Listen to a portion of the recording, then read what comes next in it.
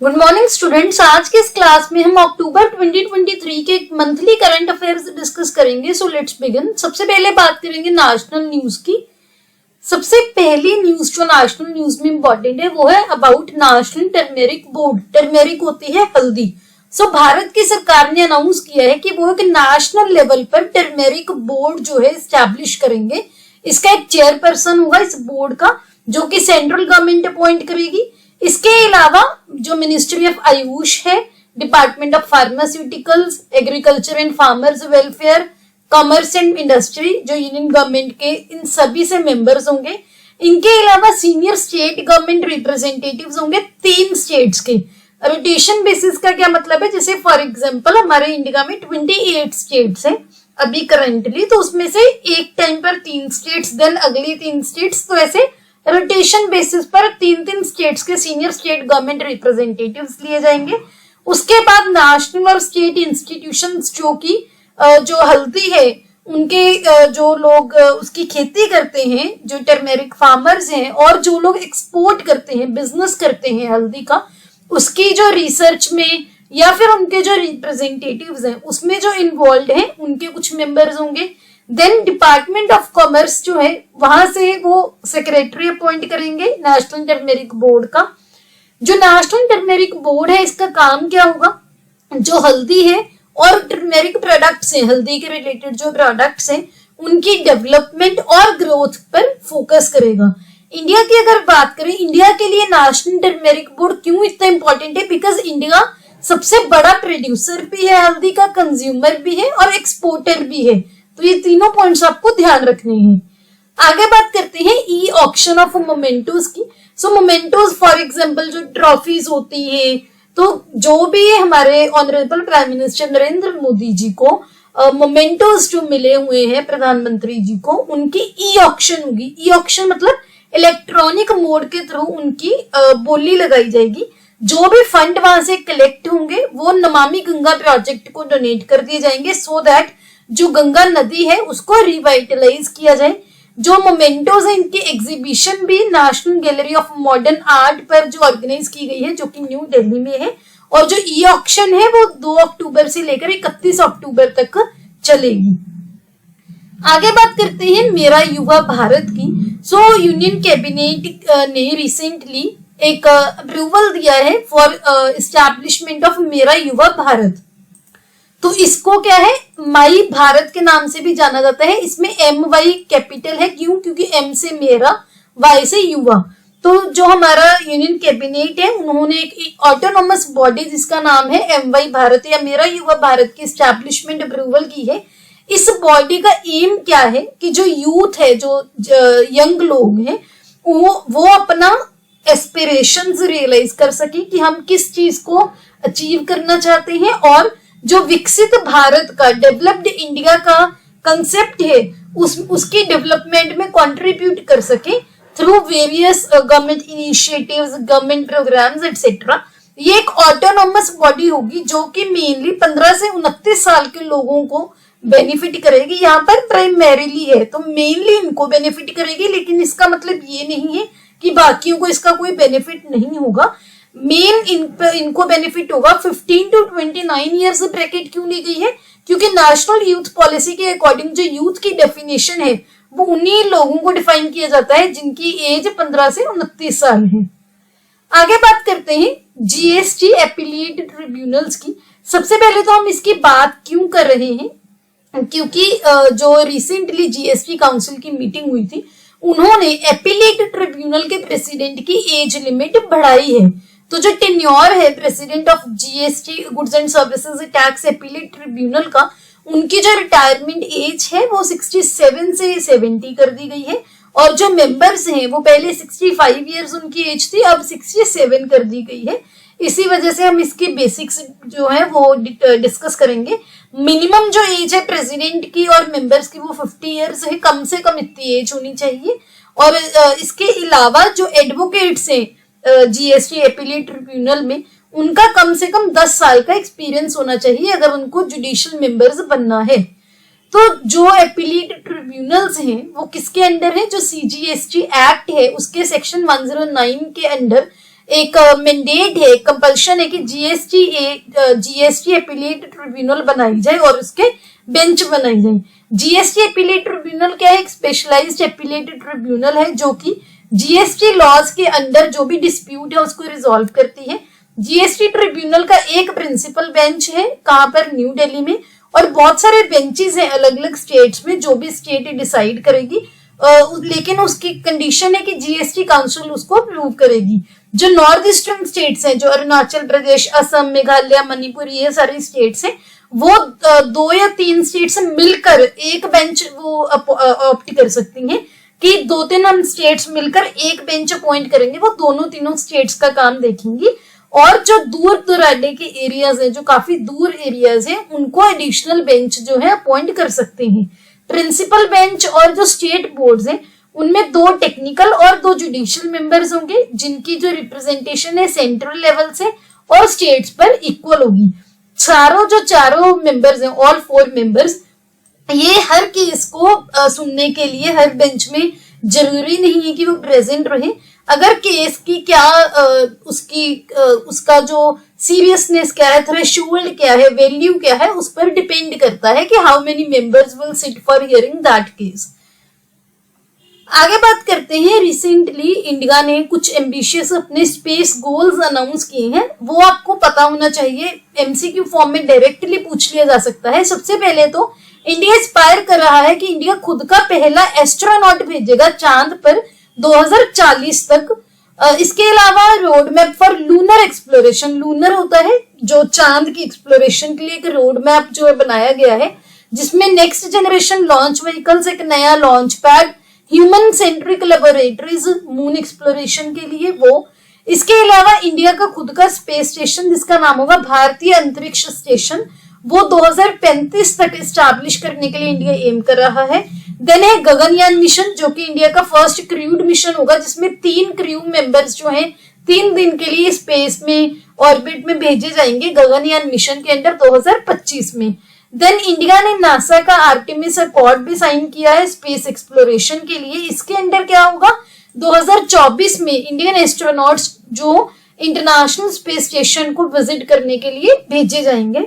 Then low earth orbit observatory है, इसके लिए इसरो और नासा ने जो कोलैबोरेट किया है 2024 में जो लो अर्थ ऑर्बिट ऑब्जर्वेटरी भेजनी है, जो कि अर्थ का इकोसिस्टम, आइस मास, वेजिटेशन, सी लेवल, नेचुरल डिजास्टर, ये सारी चीजें मॉनिटर करेगा। आगे बात करते हैं पोश एक्ट की। पोश एक्ट की हम क्यों बात कर रहे हैं, ये भी हम बात करेंगे अभी रिसेंटली। सबसे पहले इसके आप बेसिक्स देखिए। जो पोश एक्ट है ये क्या है, work place prevention prohibition and redressal act 2013। ये इनेक्ट किया गया था, जो वर्क प्लेसेस हैं जहां पर काम करते हैं वो सेफ बनाए जाए वमेन के लिए। कैसे, जो भी वो सेक्सुअल हरासमेंट के अगर कोई एक्ट वहां पर फेस करती हैं उनको रोककर, प्रोहिबिट करके और रिड्रेस करके, ये जो 1997 में honourable supreme court of India ने विशाखा गाइडलाइंस दी थी, उनके बेस पर ये एक्ट जो है इनेक्ट किया गया था। अब बात करते हैं क्यों न्यूज में था। सो अभी रिसेंटली सुप्रीम कोर्ट ने एक स्टेटमेंट दी थी कि जो स्टेट्स हैं उनको डिस्ट्रिक्ट ऑफिसर्स जो है अपॉइंट करने हैं sexual harassment at work place, जो ये पोश एक्ट है इसके अंडर। सो सुप्रीम कोर्ट की जो डायरेक्शंस है, एक एनजीओ ने पिटीशन फाइल की थी, उसके बाद ही उन्होंने डिसीजन दिया है हर स्टेट को डिस्ट्रिक्ट ऑफिसर्स अपॉइंट करने हैं। और जो आगे डिस्ट्रिक्ट ऑफिसर क्या करेगा, आगे लोकल कंप्लेंट्स के लिए कमिटीज अपॉइंट जो है बनाएंगे, सो दैट जो भी वमेन छोटी छोटी एस्टैब्लिशमेंट्स में काम करती हैं जहां पर 10 से कम वर्कर्स काम करते हैं, उनकी कंप्लेंट्स भी ली जाए। इसके अलावा इसके जो चेयरपर्सन होगा और हर मेंबर होगा लोकल कम्युनिटी का, वो इस कितने पीरियड के लिए वो ऑफिस होल्ड करेगा, कम से कम जो है उसकी कोई लिमिट नहीं, लेकिन ज्यादा से ज्यादा 3 इयर्स, इससे ज्यादा वो नहीं होगा। और इसकी स्पेसिफाई कौन करेगा कि 3 साल के अंदर कितना कितना डिस्ट्रिक्ट ऑफिसर करेगा। इसके अलावा एक नोडल पर्सन जो है आइडेंटिफाई करना है डिपार्टमेंट के अंदर जो कि पोश एक्ट को इम्प्लीमेंटेशन को देखेगा और सेंट्रल गवर्नमेंट के साथ कोऑर्डिनेट करेगा। आगे बात करते हैं अपार की, जो कि एक यूनिक आईडी होगी हर स्टूडेंट के लिए। सो नेशनल एजुकेशन पॉलिसी 2020 के according union ministry of education ने एक प्लान नोटिफाई किया है कि हम हर स्टूडेंट के लिए एक यूनिक आईडी नंबर क्रिएट करेंगे उनके आधार नंबर पर बेस्ड। इसका क्या स्कीम है, ये one nation one student ID scheme, जिसको automated permanent academic account registry यानी कि अपार जो है वो बोला जाता है। ये सारे स्टूडेंट्स के लिए सेम होगा, चाहे वो प्री प्राइमरी क्लास में है चाहे वो हायर एजुकेशन में है। इस आईडी के नंबर पर उनका पूरे डिजिटल लेवल पर उनके जो एग्जाम रिजल्ट हो गए, उनकी कोई स्पोर्ट्स अचीवमेंट होगी, उनका ओलंपियाड आउटकम, हर चीज उसमें जो है स्टोर की जाएगी, ताकि वो आईडी को यूज करके आप उनकी पूरी अचीवमेंट्स, उनके स्कोर्स को ट्रैक कर सके। आगे बात करते हैं, रिसेंटली कैबिनेट ने राबी क्रॉप्स के लिए मिनिमम सपोर्ट प्राइस अप्रूव की है 2024-25 सीजन के लिए। तो एक्चुअल में इसका आपको प्रोसीजर जो है वो ध्यान में रखना है। जो एमएसपी है, मिनिमम सपोर्ट प्राइस, ये होती क्या है, जो किसान होते हैं, जितना उनकी कॉस्ट आती है किसी भी फसल को बीजने से लेकर कटाई तक, उससे कम से कम 1.5 गुना जो है कॉस्ट उनकी जो है गवर्नमेंट उनको देती है, खरीदती है, उस पैसे पर कम से कम वो 1.5 जो गुना होनी चाहिए, इससे ज्यादा हो सकती है, ये होती है एमएसपी। अब जो एमएसपी है वो commission for agricultural cost and prices, CACP की रिकमेंडेशन पर फिक्स होती है, जो कि एक ministry of agriculture and farmers welfare का एक अटैच्ड ऑफिस है। लेकिन जब इन्होंने रिकमेंड कर दिया तो जो फाइनल डिसीजन है वो कौन लेता है, cabinet committee on economic affairs. अभी रिसेंटली जो 2024-25 के लिए एमएसपी फिक्स की गई है, उसके अकॉर्डिंग जो मसूर की दाल होती है उसमें लेंटिल, उसके लिए 425 रुपीज पर क्विंटल का रेट जो बढ़ा है। इसके अलावा जो रेपसीड और मस्टर्ड होते हैं 200 रुपीज पर क्विंटल इसमें बढ़ा है। तो ये चीजें आपको ध्यान रखनी है। आगे बात करते हैं, रिसेंटली FSSAI ने बोला है कि जो भी फूड प्रोडक्ट्स होंगे उनकी पैकिंग पर QR कोड होना चाहिए, ऐसे जो दिखता है। इसमें क्या है, food safety and standards authority of India ने बोला है कि अगर जो फूड प्रोडक्ट्स हैं उन पर QR कोड्स लगाए जाएं तो जो विजुअली इम्पेयर्ड इंडिविजुअल्स है, जिनको आई साइट के रिलेटेड कोई भी प्रॉब्लम है, तो वो उसको स्कैन करके इंफॉर्मेशन को सुन सकते हैं, चाहे वो उसके इंग्रेडिएंट्स हो गए, क्या क्या है, किस किस चीज से वो बना है प्रोडक्ट, उसकी न्यूट्रिशनल इंफॉर्मेशन हो गई, कोई एलर्जेंस है कि किसी चीज से आपको एलर्जी हो सकती है, मैन्युफैक्चरिंग डेट हो गई, एक्सपायरी डेट हो गई, तो ये चीजें इसमें जो है दी जाएंगी। आगे बात करते हैं नैनो डाई अमोनिया फॉस्फेट यानी कि नैनो डीएपी प्लांट की। इंडिया का खुद का पहला नैनो डीएपी प्लांट जो है वो रिसेंटली गुजरात के गांधीनगर में खोला गया है इफको के द्वारा। डीएपी क्या है, डाई अमोनिया फॉस्फेट। ये नाइट्रोजन और फॉस्फोरस का एफिशिएंट सोर्स है, जो कि मिट्टी में अगर कोई भी डेफिशिएंसी हो उसको ओवरकम करने के लिए यूज किया जाता है। अगर मिट्टी में मान लो नाइट्रोजन की या फॉस्फोरस की कोई भी कमी होगी तो उसके लिए हम यूज करते हैं डीएपी, जो कि है डाई अमोनिया फॉस्फेट। आगे बात करते हैं, रिसेंटली गवर्नमेंट ऑफ इंडिया ने स्टार लेबलिंग प्रोग्राम लॉन्च किया है सोलर फोटोवोल्टिक मॉड्यूल्स के लिए। फॉर एग्जाम्पल, आप अगर एसी खरीदते हो या रेफ्रिजरेटर खरीदते हो, वहां पर आपको रेटिंग्स दिखेंगी। आपके लिए एसी की बहुत कॉमन एग्जांपल है, आप जाते हो कहीं शॉपकीपर के पास कोई स्टोर में एसी खरीदने के लिए, तो वो आपको बोलता है कि ये 3 स्टार एसी है, ये 5 स्टार एसी है। तो वैसे ही ये स्टार लेबलिंग प्रोग्राम जो है सोलर फोटोवोल्टिक मॉड्यूल्स के लिए तो स्टार्ट की गई है। इनिशियली 2 साल के लिए तो मैन्युफैक्चरर्स के लिए वॉलंटरी है, उसके बाद ये कंपल्सरी है। अब इससे क्या होगा, जैसे 1 स्टार 2 स्टार 3 स्टार, उसके बेस पर कोई जो कस्टमर है वो डिसीजन ले पाएगा। जो ये सोलर पैनल्स होते हैं, ये काम क्या करते हैं, सूर्य की जो लाइट एनर्जी होती है उसको कन्वर्ट करते हैं इलेक्ट्रिक एनर्जी में। आगे बात करते हैं एशियन डेवलपमेंट बैंक की। जो एडीबी है, एशियन डेवलपमेंट बैंक, इसने रिसेंटली $400 मिलियन का एक पॉलिसी बेस्ड लोन अप्रूव किया है इंडिया के लिए sustainable urban development and service delivery program के लिए, जिसका एम क्या है, बेसिक अर्बन सर्विसेज को इम्प्रूव करने का, कि उनका एक्सेस को इम्प्रूव किया जाए। इसके हेडक्वार्टर्स कहाँ पर है, एशियन डेवलपमेंट बैंक के फिलीपींस के मनीला में। और इसके अगर मेंबर नेशंस की बात करें 68 मेंबर्स है, जिसमें से इंडिया भी एक है, तो ये आपको ध्यान रखना है। आगे बात करते हैं इंडिया के पहले RRTS यानी कि रीजनल रैपिड ट्रांजिट सिस्टम की। ये रिसेंटली जो दिल्ली गाजियाबाद मेरठ वाला कॉरिडोर है उसके साहिबाबाद दुहाई स्ट्रेच में पहला जो ये RRTS है इंडिया का वो लॉन्च किया गया है, जिसका नाम है नमो भारत। तो ये PM गति शक्ति नेशनल मास्टर प्लान के इन लाइन हुआ है।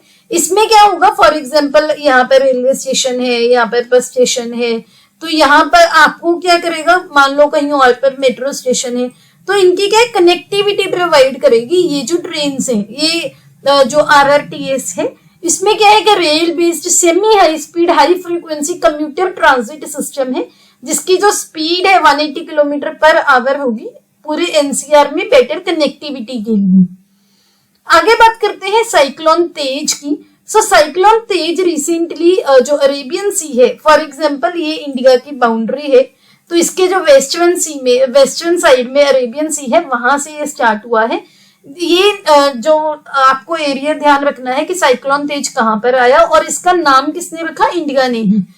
यूजुअली जो साइक्लोन्स होते हैं ये दो टाइप के होते हैं, एक होते हैं ट्रॉपिकल, एक होते हैं एक्स्ट्रा ट्रॉपिकल।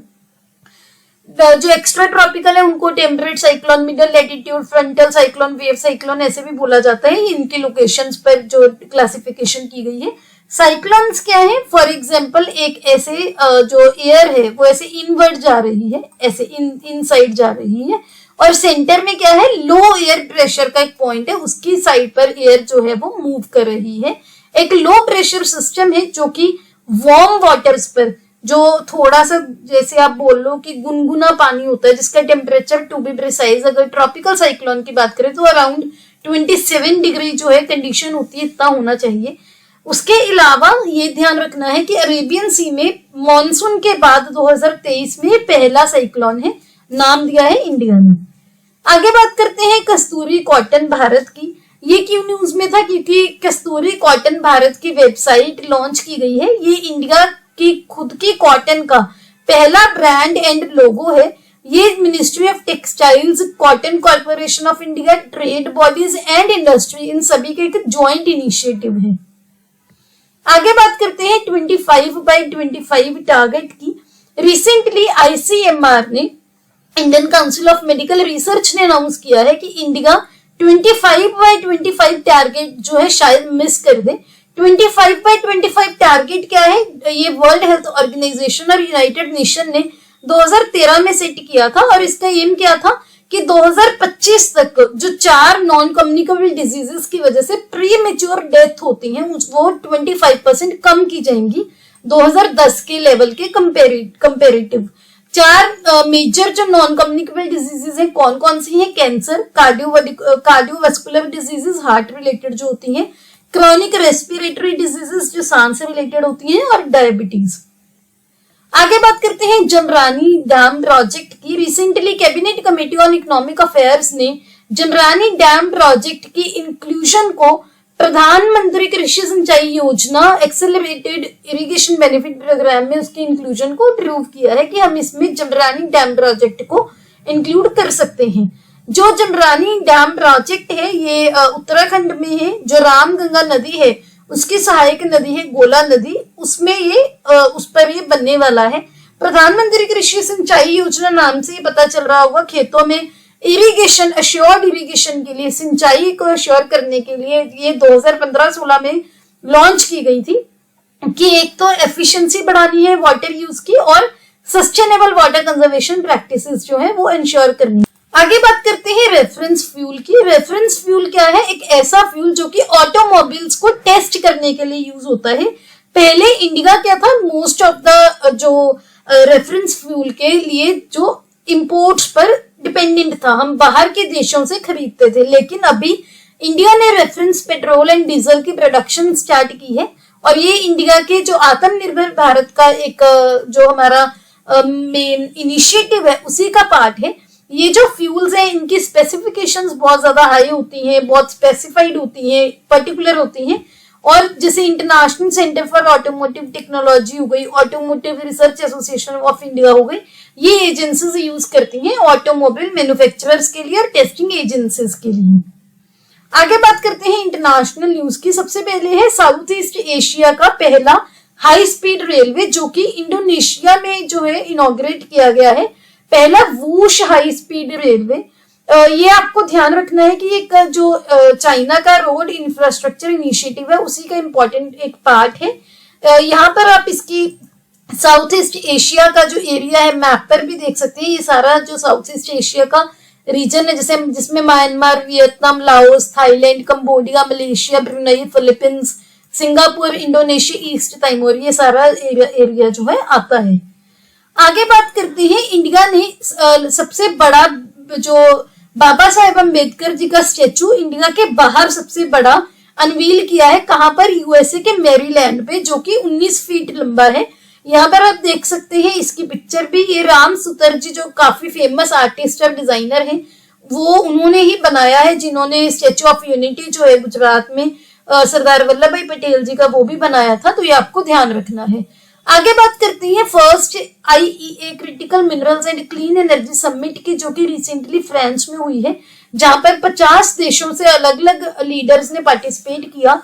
इसमें 6 की एक्शंस जो है आउटलाइन किए गए हैं कि क्रिटिकल मिनरल्स की सप्लाईज के लिए हमने क्या क्या करना है। फॉर एग्जांपल प्रोग्रेस जो है उसकी स्पीड बढ़ानी है, मिनरल सप्लाईज की टेक्नोलॉजी और रिसाइकलिंग को यूज करना है, ट्रांसपेरेंसी होनी चाहिए मार्केट्स में, रिलायबल इंफॉर्मेशन यूज करनी है। इसके बाद है इंटरनेशनल कोलैबोरेशन फॉस्टर करनी चाहिए, social governance efforts, environmental efforts, इन सभी चीजों के लिए अगर सस्टेनेबल वे में हो तो इंसेंटिव देने चाहिए। क्रिटिकल मिनरल्स क्या होते हैं? जो असेंशियल, जो मॉडर्न आज की जो टेक्नोलॉजी है उसके बिल्डिंग ब्लॉक्स की तरह, उसके मेन कंपोनेंट्स की तरह काम करते हैं, लेकिन उनकी जो सप्लाई चेन है वो काफी रिस्क पर है, कि वो डिसरप्ट होने के काफी रिस्क पर है। आगे बात करते हैं ब्रिक्स इंटरनेशनल कंपटीशन कॉन्फ्रेंस। ये इसका 8th addition recently new Delhi में हुआ है, जिसका थीम था new issues in competition law and policy dimensions, perspectives and challenges. Competition commission of India CCI क्या है? एक स्टैट्यूटरी बॉडी है जो कि कंपटीशन एक्ट 2002 के अंडर बनाई गई थी। इस कमीशन में एक चेयरपर्सन है, 6 और मेंबर्स होते हैं और सभी सेंट्रल गवर्नमेंट जो है अपॉइंट करती है। इसका पहले नाम था MRTP एक्ट, जो कि बाद में राघवन कमेटी के रिकमेंडेशन पर जो है रिप्लेस किया गया इनटू कंपटीशन एक्ट 2002। आगे बात करेंगे नॉर्थ अमेरिका के फर्स्ट गांधी म्यूजियम की। नॉर्थ अमेरिका में पहला फ्री स्टैंडिंग गांधी म्यूजियम जो है वो महात्मा गांधी जी की लाइफ को डेडिकेट करते हुए टेक्सास के US सिटी ऑफ ह्यूस्टन में जो है वो खोला गया है। इसकी जो बाहर की वॉल्स हैं वो भी महात्मा गांधी जी की, Martin Luther king junior, Nelson Mandela, बेटी विलियम्स, इनकी अलग अलग जो पीस एक्टिविस्ट हैं इनकी लाइव्स की बेस्ड वो वहां पर डिपिक्शंस की गई हैं। यहाँ पर एक एग्जांपल देख सकते हैं आप। आगे बात करते हैं रिसेंटली साउथ अफ्रीका के टॉल्स्टॉय फार्म में, जो कि महात्मा गांधी जी ने ही इस्टेब्लिश किया था 1910 में, जब वो जॉनसनबर्ग में साउथ अफ्रीका में काम कर रहे थे एज अ लॉयर। तो उसी टाइम वहां पर अभी 8 फीट एक टॉल स्टेचू महात्मा गांधी जी का जो अनवील किया गया है। गांधी जी टॉल्स्टॉय की राइटिंग से काफी इंस्पायर्ड थे। उनका जो सत्याग्रह का कंसेप्ट था, जो नॉन वायलेंस का कंसेप्ट था, उसमें टॉल्स्टॉय जी की राइटिंग का काफी इंस्पिरेशन था। आगे बात करते हैं, अभी आपको पता होगा इजराइल का जो गाजा स्ट्रिप वाला इशू चल रहा है हमास मिलिटेंट ग्रुप पर इजराइल में, उसके बेस्ड कुछ जो न्यूज है जिसमें से आपको MCQs पूछे जा सकते हैं। सबसे पहला है ऑपरेशन अल अक्सा फ्लड। हमास जो मिलिटेंट ग्रुप है उन्होंने एक नया ऑपरेशन अनाउंस किया था इसराइल के अगेंस्ट, जिसका नाम रखा था ऑपरेशन अल अक्सा फ्लड। तो यहाँ पर क्या है, अभी इसराइल जो है वो अरब नेशंस के साथ पीस टॉक्स कर रहा था, लेकिन उसमें पैलेस्टीन को जो है वो इन्वॉल्व नहीं किया गया। तो ये एक बहुत बड़ा फैक्टर था जिसकी वजह से जो हमास ग्रुप है, जो कि एक टेररिज्म एक मिलिटेंट ग्रुप है, उन्होंने जो इसराइल में गाजा स्ट्रिप है वहां पर हमला किया और बहुत ज्यादा लोगों की यहाँ पर डेथ हो रही है। इसके अगेंस्ट इसराइल ने जो ऑपरेशन लॉन्च किया है उसका नाम है ऑपरेशन आयरन स्वॉर्ड्स, जो कि इसराइल की डिफेंस फोर्सेस ने एज अ डिफेंस जो लॉन्च किया है। तो ये भी आपको ध्यान रखना है। यहाँ पर आप जो इसकी लोकेशन है वो भी देख सकते हैं। ये है इसराइल और ये वाला जो रीजन है ये है गाजा स्ट्रिप का एरिया। इसराइल की जो बाउंड्रीज है, इधर जॉर्डन, इधर इजिप्ट, इधर सीरिया है, इधर लेबनान है, इनके साथ शेयर होती है। इधर मेडिटेरेनियन सी है और इधर गल्फ ऑफ अकाबा है। गल्फ ऑफ अकाबा आप यहाँ पर देख सकते हो, जूम्ड इन व्यू में काफी इंपॉर्टेंट है।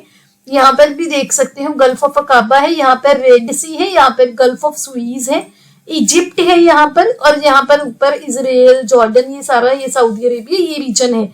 इसकी जो ज्योग्राफी है आपको मैप से बहुत ध्यान से करनी है, क्वेश्चंस आएंगे, हर एग्जाम में आएंगे और बहुत ध्यान से आपको देखनी है। इसके अलावा जो गाजा स्ट्रिप है इसका भी आपको पूछ लिया जा सकता है, नॉर्थ टू साउथ अरेंज करना है। तो नॉर्थ से अगर हम स्टार्ट करें तो सबसे ऊपर नॉर्थ गाजा है, देन है गाजा सिटी, देन है दियर इल बल्ला, देन है खान यूनिस, देन है रफा। आगे बात करते हैं आयरन डोम सिस्टम की, जो कि इसराइल का सबसे ज्यादा advanced short range ground to air defence system है, जो कि हमास मिलिटेंट ग्रुप के अटैक को भी काउंटर नहीं कर पाया। बहुत सारे रीजंस थे। एक तो ये कि बहुत ही कम टाइम में, अराउंड 20 मिनट्स में 5000 जो स्ट्राइक्स कर दी गई थी, और चारों तरफ से, एयर से, वाटर से, ग्राउंड से, हर जगह से साइमल्टेनियस अटैक किया गया। तो जो आयरन डोम सिस्टम है इसराइल का सबसे ज्यादा एडवांस सिस्टम, वो भी इसमें फेल हो गए। इसके अलावा आपको ऑपरेशन अजय का नाम याद रखना है। ऑपरेशन अजय जो है इंडिया की गवर्नमेंट ने लॉन्च किया था। इसराइल में जो भी इंडियंस वहां पर फंसे हुए थे, जो आना चाहते थे इंडिया वापस, उनको गवर्नमेंट वापस लेके आई है ऑपरेशन अजय के अंडर। आगे बात करते हैं सायरेत मत्कल की, जो कि इसराइल का सबसे ज्यादा स्पेशल ऑपरेशन फोर्स है, जो अभी उसको लिए जो गाजा स्ट्रिप में हॉस्टेज रेस्क्यू मिशन के लिए तैयार किया गया। इसको जनरल स्टाफ रिकॉनाइसेंस यूनिट 269 के नाम से भी जाना जाता है। फील्ड इंटेलिजेंस गैदरिंग यूनिट है, जो कि deep reconnaissance behind enemy lines conduct करती हैं। तो ये चीज आपको ध्यान रखनी है। आगे बात करते हैं इंडियन ओशियन रिम एसोसिएशन की। ये क्यों न्यूज में था? रिसेंटली इसकी 23rd council of minister meeting हुई है कोलंबो में, जहां पर डिसाइड किया गया कि श्रीलंका जो है उसके पास चेयरमैनशिप जाएगी 2023 से 25 के लिए। इसके पहले आप मेंबर नेशंस देख लो। ये मेंबर्स हैं इंडियन ओशियन रिम एसोसिएशन के। ये सारा जो इंडियन ओशियन वाला रीजन है, इसकी रिम पर ये सारे मेंबर्स हैं। Iran, Bangladesh, India, Thailand, Malaysia, Indonesia, Singapore, Australia, Sri Lanka, Seychelles, Comoros, Madagascar, Mauritius, South Africa, Mozambique, Tanzania, Kenya, UAE, Yemen और ओमान। तो जो इंडियन ओशियन रिम एसोसिएशन है, एक डायनामिक इंटर गवर्नमेंटल ऑर्गेनाइजेशन है, जिसका एम क्या है? ये सभी जो मेंबर नेशंस हैं इनमें रीजनल कोऑपरेशन को स्ट्रेंथन करना। इंडियन ओशियन रिम एसोसिएशन का एम यही है कि सभी नेशंस में सस्टेनेबल डेवलपमेंट को भी स्ट्रेंथन करना। इसकी स्थापना हुई थी 1997 में, जिसका सेक्रेटेरिएट है मॉरिशियस में। तो ये चीजें बेसिक पॉइंट्स आपको ध्यान रखने हैं। आगे बात करते हैं राइज की, जिसकी फुल फॉर्म है resilient and inclusive supply chain enhancement. ये वर्ल्ड बैंक और G7 का इनिशिएटिव था, जो कि जापान में, अभी जब जापान के पास G7 की चेयरमैनशिप थी तब लॉन्च किया गया। एम क्या था? जो लो एंड मिडिल इनकम देश हैं उनको सपोर्ट करना है कि जो क्लीन एनर्जी प्रोडक्ट्स हैं उनकी सप्लाई चेन में वो हेल्प कर सकें। सप्लाई में, फॉर एग्जांपल मिनरल प्रोसेसिंग में, रिफाइनिंग में, कंपोनेंट मैन्युफैक्चरिंग में, ये सब चीजों में। आगे है ICA, international council on archives. ये 1948 में बनी थी यूनेस्को के अंडर, जिसका सेक्रेटेरिएट है फ्रांस के पेरिस में। ऑब्जेक्टिव क्या है? जितने भी रिकॉर्ड्स हैं, पुराने आर्काइव्स हैं, उनकी मैनेजमेंट करनी, जो आर्काइवल हेरिटेज है ह्यूमैनिटी का पूरी दुनिया में प्रिजर्व करना। ये क्यों न्यूज में था? रिसेंटली 2023 में आईसीए कांग्रेस हुई है स्टार्ट, कहां पर? अबू धाबी में। इसका थीम था एनरिचिंग नॉलेज सोसाइटीज। आगे बात करते हैं एशिया के फर्स्ट डाक की। डाक की फुल फॉर्म क्या है? Disabled aircraft recovery kit. जो एयरक्राफ्ट डिसेबल हो जाते हैं उनकी रिकवरी के लिए जो किट। तो पूरे एशिया में पहला एयरपोर्ट बना है, कौन सा? मुंबई का जो छत्रपति शिवाजी महाराज इंटरनेशनल एयरपोर्ट है, वहां पर ये स्पेशलाइज्ड डाक जो वहां पर कमीशन किया गया है। डाक फैसिलिटी क्या है? यहाँ पर हाई प्रेशर लिफ्टिंग बैग्स हैं, जहां पर superior durability, minimal man power और ज्यादा एफिशिएंट रिकवरी प्रोसेस जो है किया जाएगा। आगे बात करते हैं, कर्नाटका ने रिसेंटली अनाउंस किया है कि वो ग्रीन ड्रॉट फेस कर रहे हैं। तो ग्रीन ड्रॉट क्या है? एक्चुअल में ग्रीन ड्रॉट क्या है कि जब जो मिट्टी की मॉइस्चर कम हो जाता है, लेकिन इसका मतलब ये जरूरी नहीं होता कि जो वेजिटेशन है, जो ग्रीनरी है वो सूख जाए, नहीं। ये हो सकता है देखने में आपको ग्रीन लगे लेकिन उसकी जो ग्रोथ है वो कम हो गई, वो अफेक्ट हो गई, तो उसको बोला जाता है ग्रीन ड्रॉट। कौन सी स्टेट ने फेस कर रहा है अभी? कर्नाटका। आगे बात करते हैं पॉन्टस टेक्टोनिक प्लेट की। टेक्टोनिक प्लेट्स क्या होती हैं? बहुत बड़ा लैंडमास होता है। फॉर एग्जाम्पल आप यहाँ पर देखो, टेक्टोनिक प्लेट क्या है? बहुत ही बड़ा इरेगुलरली शेप्ड स्लैब होता है, एक बहुत बड़ा पीस होता है जिसमें कॉन्टिनेंटल लिथोस्फीयर भी, ओशियानिक लिथोस्फीयर दोनों है। बहुत काफी टाइम से लॉस्ट टेक्टोनिक प्लेट है। रिसेंटली वेस्ट पैसिफिक ओशियन में ये डिस्कवर की गई थी। जो साउथ चाइना सी वाला रीजन है, एक बार वहां पर ये अंडरपिन की गई थी, पॉन्टस प्लेट है। क्यों इसका नाम लिखा पॉन्टस प्लेट रखा? क्योंकि एंशिएंट पॉन्टस जो ओशियन है उसके साथ ये एसोसिएटेड है। तो इसके 3 टाइप्स होती हैं जो टेक्टोनिक प्लेट है, डाइवर्जेंट प्लेट बाउंड्री, कन्वर्जेंट और ट्रांसफॉर्म। डाइवर्जेंट क्या? जब दो प्लेट एक दूसरे से दूर जाएं तो डिस्प्लेस हो जाएं। कन्वर्जेंट एक दूसरे के पास है तो एक क्या दूसरे के अंडर सबमर्ज हो जाए। ट्रांसफॉर्म क्या है? ऐसे कोई एक इधर को जा रही है, एक इधर को जा रही है। पॉन्टस टेक्टोनिक प्लेट जो है एक लॉन्ग लॉस्ट टेक्टोनिक प्लेट थी। पॉन्टस ओशियन के साथ इसका एसोसिएशन की वजह से नाम दिया गया है, जो कि बोर्नियो में रिसेंटली मिला है। अब बोर्नियो कहाँ पर है? इसकी लोकेशन भी आप देख लीजिए। ये है बोर्नियो, कहाँ पर? साउथ ईस्ट एशिया वाले रीजन में। यहाँ पर इंडोनेशिया, मलेशिया, ब्रुनई, तो इस वाले रीजन में है बोर्नियो। आगे बात करते हैं, रविंद्रनाथ टैगोर जी की बस्ट एक जो है वो अनवील की गई है, जिसकी आप यहाँ पर पिक्चर देख सकते हैं। कहाँ पर? वियतनाम की बेकिनिन सिटी में। हमारे एक्सटर्नल अफेयर मिनिस्टर वहां पर गए थे, उसी टाइम पे उन्होंने इनॉग्रेट किया है। इनकी जो रविंद्रनाथ टैगोर जी के कुछ लाइफ के बारे में कुछ इंपॉर्टेंट पॉइंट्स आपको पता होना चाहिए। एक तो ये, इनकी जो पोएट्री की कलेक्शन है उसको गीतांजलि का नाम दिया गया, बहुत फेमस है, जो कि 1910 में पब्लिश हुई थी। इसके अलावा इनको नोबेल प्राइज फॉर लिटरेचर भी मिला हुआ है। क्यों? क्योंकि उन्होंने गीतांजलि को इंग्लिश में ट्रांसलेट किया था। इसके अलावा ये भी आपको पता होना चाहिए कि जब हमारे एक्सटर्नल अफेयर मिनिस्टर वहां पर गए थे तो उनको ये भी पता चला कि वियतनाम ने 1982 में टैगोर जी को ऑनर करने के लिए एक पोस्टेज स्टैंप भी, कमेमोरेटिव स्टैंप भी इश्यू की थी। आगे बात करते हैं 2+2 डायलॉग की। रिसेंटली इंडिया और यूनाइटेड किंगडम का पहला 2+2 डायलॉग हुआ है, जो कि फॉरेन मिनिस्टर और डिफेंस मिनिस्टर की फॉर्मल मीटिंग है। ये क्या करती है? दोनों देशों को हेल्प करती है एक दूसरे की स्ट्रेटेजिक जो कंसर्न्स एंड सेंसिटिविटीज को समझने में। यूके से पहले India, US, Australia, Japan, Russia, इनके साथ भी 2+2 डायलॉग एस्टैब्लिश कर चुका है। आगे बात करते हैं मार्शल आइलैंड क्यों न्यूज में था? क्योंकि रिसेंटली यूनाइटेड स्टेट्स ने 20 साल के लिए एग्रीमेंट साइन किया है इकोनॉमिक असिस्टेंस प्रोवाइड करने के लिए मार्शल आइलैंड्स को, जो कि एक आइलैंड देश है सेंट्रल पैसिफिक ओशियन में, और ये हवाई और ऑस्ट्रेलिया के बीच में है। यहाँ पर आप इसकी लोकेशन भी देख सकते हैं, ये है मार्शल आइलैंड वाला रीजन।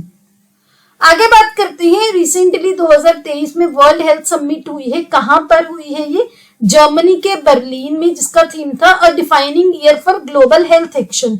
ये एक बहुत ही यूनिक इंटरनेशनल स्ट्रेटेजिक फोरम है जहां पर private sector, political center, civil society, हर कोई आता है, जो हेल्थ के बेसिस पर काफी डिस्कशंस की जाती हैं। हर साल होता है जर्मनी के बर्लिन में। आगे बात करते हैं माउंट वेसुवियस की। रिसेंटली रिसर्चर्स ने एक आर्टिफिशियल इंटेलिजेंस प्रोग्राम यूज करके एक काफी पुराना स्क्रॉल, एक आप बोल सकते हो एक चीज जिससे इंफॉर्मेशन वो होती है, जो कि खराब हो गया था, माउंट वेसुवियस की इरप्शन से जल गया था, उसको रीड किया है एआई प्रोग्राम को यूज करके। तो ये न्यूज में था। ये है कहां पर? इटली के नेपल्स में। तो ये आपको ध्यान रखना है, यहाँ पर आप इसकी लोकेशन भी देख सकते हो। आगे बात करते हैं साइक्लोन हमून की। अभी हमने बात की थी साइक्लोन तेज की, जो कि इंडियन ओशियन, जो कि अरेबियन सी में आया था। साइक्लोन हमून जो है ये बांग्लादेश को हिट किया है और इसका नाम दिया है ईरान ने। तो ये भी आपको ध्यान रखना है। आगे बात करेंगे बॉस्फोरस स्ट्रेट की। ये क्यों न्यूज में था वो नेक्स्ट स्लाइड में डिस्कस करते हैं। सबसे पहले आप इसकी लोकेशन देख लीजिए। ये है बॉस्फोरस स्ट्रेट, जो क्या करती है? ब्लैक सी को सी ऑफ मरमरा से कनेक्ट करती है और ब्लैक सी की जो कनेक्टिविटी है मेडिटेरेनियन सी के साथ एस्टैब्लिश करती है। इधर है एशिया, इधर है यूरोप, इन दोनों के बीच में है। अब बात करते हैं ये न्यूज में क्यों थी। Recently Turkish ministry of national defence ने अनाउंस किया है कि जो भी देश ब्लैक सी को बॉर्डर नहीं कर रहे, अगर उनकी वॉरशिप जो है वो जो टर्किश स्ट्रेट के थ्रू ट्रेवल करेंगी तो मॉन्ट्रिक्स कन्वेंशन के अंडर हम उस पर रिस्ट्रिक्शन लगाएंगे। क्यों? क्योंकि जो टर्किश स्ट्रेट है ये अकेला मैरीटाइम पैसेज है ब्लैक सी और मेडिटेरेनियन सी के बीच में। टर्किश स्ट्रेट क्या है? बॉस्फोरस स्ट्रेट, जिसको ब्लैक सी स्ट्रेट भी बोलते हैं, टर्किश स्ट्रेट भी बोलते हैं। ये कन्वेंशन के अंडर डार्डनल्स स्ट्रेट और बॉस्फोरस स्ट्रेट दोनों के बारे में बात की जाती है। आगे बात करते हैं एससीओ की। Recently council of heads of government हुई थी, कहां पर? किर्गिजिस्तान के बिश्केक में 22nd एडिशन था। एससीओ जो है 2001 में स्टैब्लिश हुई थी शंघाई 5 कंट्रीज के द्वारा, जो कि Kazakhstan, China, Kyrgyzstan, Russia, Tajikistan and Uzbekistan. इसमें अभी 9 मेंबर्स हैं, जिसमें इंडिया भी जो है मेंबर है। इसके अलावा Iran, Pakistan, China, Kyrgyzstan, Kazakhstan, Russia, Tajikistan, Uzbekistan ये हैं। इसका परमानेंट सेक्रेटेरिएट है चाइना के बीजिंग में और रीजनल एंटी टेररिस्ट स्ट्रक्चर है उज्बेकिस्तान के ताशकेंत में। आगे बात करते हैं, रिसेंटली जापान दुनिया का पहला देश बना है जिसने इलेक्ट्रोमैग्नेटिक रेल गन लॉन्च की है। ये क्या है? एक बहुत ही एडवांस्ड इलेक्ट्रोमैग्नेटिक वेपन है, हथियार है, जो हाई स्पीड पर, हाई वेलोसिटी पर प्रोजेक्टाइल आ रही है, जिनकी स्पीड मैक 7 से भी ज्यादा है, मैक 7 तक है, जो कि जो साउंड की, ध्वनि की स्पीड से 7 गुना है ऑलमोस्ट, उसको भी ये डैमेज कर देगा। आगे बात करते हैं, रिसेंटली यूके के हाउस ऑफ कॉमन्स में जम्मू एंड कश्मीर की असेशन टू इंडिया की 76th एनिवर्सरी सेलिब्रेट की गई है 26 अक्टूबर को। सो एक्चुअल में क्या है, 26 अक्टूबर 1947 को जो जम्मू कश्मीर के महाराजा हरि सिंह थे, इन्होंने इंस्ट्रूमेंट ऑफ एक्सेशन साइन किया था इंडिया के साथ, जो कि एक लीगल डॉक्यूमेंट था कि अब से जो जम्मू कश्मीर का डिफेंस, फॉरेन अफेयर और कम्युनिकेशन है वो भी इंडिया क्या करेगी, कंट्रोल करेगी। इसी के अलावा आपको ये भी ध्यान रखना है कि इंडियन आर्मी ने इसको 76 शौर्य दिवस की तरह मार्क किया है। अब बात करते हैं स्टेट न्यूज की। सबसे पहले 15 पॉइंट विंटर एक्शन प्लान, जो कि दिल्ली में जो अनवील किया गया पोल्यूशन के साथ टैकल करने के लिए, जिसमें क्या क्या पार्ट है ये आपके आंसर्स में आप कोट कर सकते हो। Stubble burning, dust pollution, vehicular pollution, open waste burning, industrial pollution, green volume and green app hotspot, real time apportionment study, smoke towers हो गए, ई वेस्ट इको पार्क हो गया, increasing green area plantation, urban farming, promoting eco club activity, crackers को deal करें। और last क्या है, dialogue with central government and neighbouring states. आगे बात करते हैं, बिहार ने रिसेंटली कास्ट बेस्ड सर्वे जो है वो कंप्लीट किया, जिसमें पाया गया कि 214 कास्ट है बिहार की गवर्नमेंट लिस्ट में, जिसमें से जो बिहार की आबादी है 2011 के सेंसस के अकॉर्डिंग जो 10.41 करोड़ जो रिकॉर्ड की गई थी, अब 13.07 करोड़ है, जिसमें से ऑलमोस्ट 82% हिंदूज हैं और 17 to 18% मुस्लिम्स हैं। तो ये आपको ध्यान रखना है। यहाँ पर प्रॉपर दिया गया है जो परसेंटेज है, backward classes 27%, extremely backward classes 36%, SC 19.6%, ST 1.68% और अनरिजर्व्ड कैटेगरी 15%। अब बात करते हैं मुख्यमंत्री ग्रामीण आवास न्याय योजना, जो कि छत्तीसगढ़ में लॉन्च की गई है। एम क्या है, जो भी एलिजिबल बेनिफिशियरीज हैं ग्रामीण आवास योजना के अंडर, उनको असिस्ट किया जाए कि वो अपने घर को रेनोवेट कर सके या नए घर बना सके। आगे बात करते हैं, रिसेंटली उत्तर प्रदेश ने 100% open defecation free plus coverage achieve कर लिया है। जो उत्तर प्रदेश के अराउंड 96,000 गांव हैं वो अभी ओडीएफ प्लस जो है डिक्लेयर हुए हैं। ओडीएफ प्लस विलेज क्या होता है, जो कि open defecation free status sustain कर किया है जिन्होंने, चाहे वो सॉलिड वेस्ट में लगा लो, चाहे वो लिक्विड वेस्ट मैनेजमेंट में लगा लीजिए। आगे बात करते हैं इंडिया के पहले सोलर रूफ साइकिलिंग ट्रैक की, जो कि हैदराबाद में रिसेंटली इनॉग्रेट किया गया, जिसका नाम था हेल्थ वे। ये जो नाम है, जो ये प्रोजेक्ट है, ये सबसे पहला टाइप का पहला प्रोजेक्ट है इंडिया में। यहाँ पर 16,000 सोलर पैनल्स इंस्टॉल किए गए हैं। आगे बात करते हैं वाघनाक की। वाघनाक क्या है, जिसकी आप यहाँ पर पिक्चर देख सकते हैं। ये शिवाजी महाराज उन्होंने की थी। कब? बीजापुर की जो सल्तनत के जनरल थे अफजल खान को मारने के लिए। टाइगर के पंजे की तरह ये होता है, आयरन का बना होता है। क्यों न्यूज में था? क्योंकि महाराष्ट्र के कल्चरल अफेयर मिनिस्टर ने रिसेंटली एमओयू साइन किया है विक्टोरिया एंड एल्बर्ट म्यूजियम जो लंदन में है उनके साथ, की जो छत्रपति शिवाजी महाराज जी का वाघनाक जो टाइगर क्लॉ है वो स्टेट में वापस लाया जाए। आगे बात करते हैं कुदुम्बश्री की। ये पॉवर्टी इरेडिकेशन और वुमेन एम्पावरमेंट प्रोग्राम है। किसका? केरला का। रिसेंटली इसके under back to school campaign launch किया गया केरला गवर्नमेंट के द्वारा, जिसमें 46 लाख वुमेन को क्या किया जाएगा? फाइनेंशियल ट्रांजैक्शंस के रिगार्डिंग ट्रेनिंग दी जाएगी। देन है पूसा 44 जो कि पैडी की एक वैरायटी है, धान की, चावल की एक वैरायटी है, जिसके बारे में पंजाब के चीफ मिनिस्टर ने अनाउंस किया है कि अगले साल से बैन हो जाएगी। इसके रीजंस क्या हैं? एक तो ये कि इसका जो मेच्योरिटी पीरियड है ज्यादा है, ये 160 दिन लेता है मेच्योर होने के लिए, तो जिसकी वजह से पानी की अमाउंट इसको ज्यादा चाहिए होती है। दूसरा, क्योंकि इसके मेच्योरिटी का पीरियड ज्यादा है तो जो अगली फसल लगाने के लिए टाइम बचता है कम रह जाता है, जिसकी वजह से स्टबल बर्निंग करनी पड़ती है, पराली को आग लगानी पड़ती है। उनके पास, किसानों के पास ऑप्शन नहीं बचती। आगे बात करते हैं, रिसेंटली उत्तर प्रदेश के चीफ मिनिस्टर ने डिक्लेयर किया कि जो गेंजेटिक डॉल्फिन है जो कि भारत की नेशनल एक्वेटिक एनिमल भी है, उसको यूपी का स्टेट एक्वेटिक एनिमल बनाया जाएगा। और ये जो डॉल्फिन है ये आपको ध्यान रखना है गंगा नदी, यमुना नदी, चंबल और घाघर नदी में पाई जाती है। देन है लकाडोंग टर्मेरिक। ये क्यों न्यूज में था? क्योंकि जो पद्मश्री अवार्ड विनर साइयू हैं, जिनको टर्मेरिक ट्रिनिटी भी बोला जाता है। क्यों? क्योंकि इन्होंने मेघालय लकाडोंग टर्मेरिक जो फेमस की थी अपने काम से। ये जो काली एलुवियल मिट्टी होती है मॉनसून के महीने में, तब ये कल्टीवेट की जाती है मेघालय के जयंतिया हिल्स के लकाडोंग के एरिया में। अभी क्यों न्यूज में था? क्योंकि सेम लेडी जो पद्मश्री विनर साइयू हैं, ये अभी प्लान कर रही है कि जो मेघालय की माखिर जिंजर है, अदरक की एक वैरायटी है माखिर, उसको ये प्रमोट करेंगी। क्यों? क्योंकि उसकी जो पंजेंसी और मेडिसिनल प्रॉपर्टीज है यूनिक है। आगे बात करते हैं होप इनिशिएटिव की।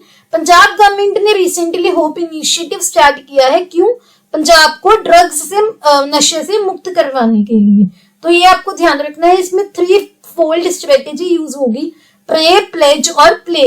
दुआ प्रे करना, प्रार्थना करनी, प्लेज करना यानी कि कोई हमने शपथ ली, और प्ले जो नाटक वगैरह दिखाकर।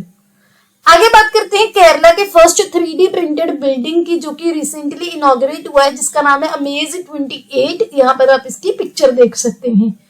देन है कनौज का ट्रेडिशनल अत्तर प्रोडक्शन। अत्तर क्या होता है? जैसे परफ्यूम होते हैं, वैसे ही जो फूलों से ऐसे बनाए जाते हैं, फूलों से ऐसे नीचे आग की हेल्प से कोई भी बर्तन में फूल डालकर, उसके बाद इसकी ऐसे इंस्ट्रूमेंट को लगा के इससे जो इसका अर्क होता है, ड्रॉप्स होते हैं, वो निकलते हैं, जिनको ऐसे पैक करके अत्तर की फॉर्म में बेचा जाता है। तो जो कनौज है ये ट्रेडिशनल अत्तर प्रोडक्शन के लिए काफी फेमस है। ये न्यूज में था।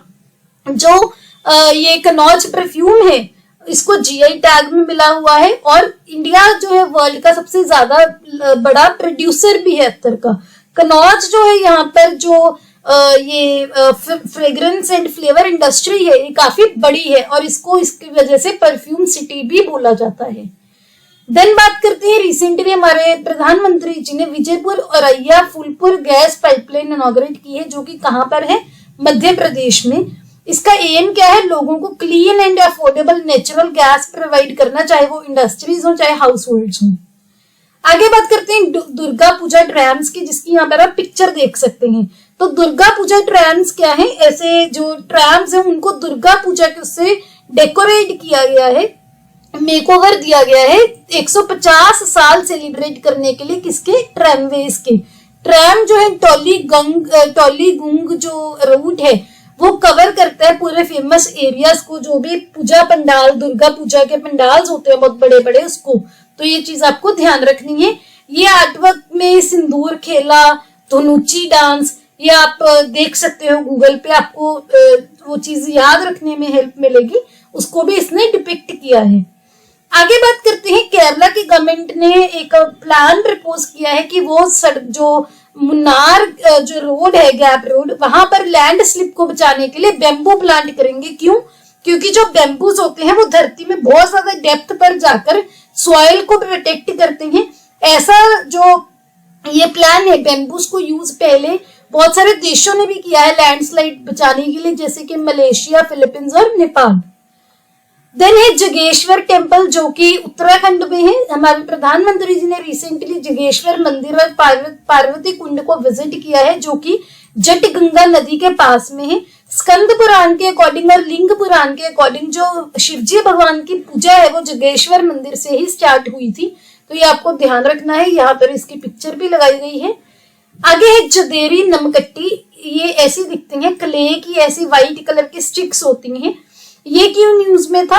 ये जो क्ले का ऐसे फिंगर लाइक स्ट्रक्चर बनाए जाते हैं हाइड्रस सिलिकेट मिनरल से, तो ये यूज किए जाते हैं जो मूर्तियां होती हैं उनके फोरहेड्स पर। मेन यूज करते हैं टेम्पल में एलिफेंट्स वगैरह को यूज करने के लिए, और जब किसी कोई भी लेडी बच्चे को जन्म देती है उसके बाद स्ट्रेच मार्क्स को ट्रीट करने के लिए। तो जदेरी नमगट्टी जो क्ले स्टिक्स हैं, ये तमिलनाडु के तमिलनाडु में एक छोटा सा गांव है जदेरी, वहां से बिलोंग करती हैं। ये न्यूज में थी तो आपको पता होना चाहिए।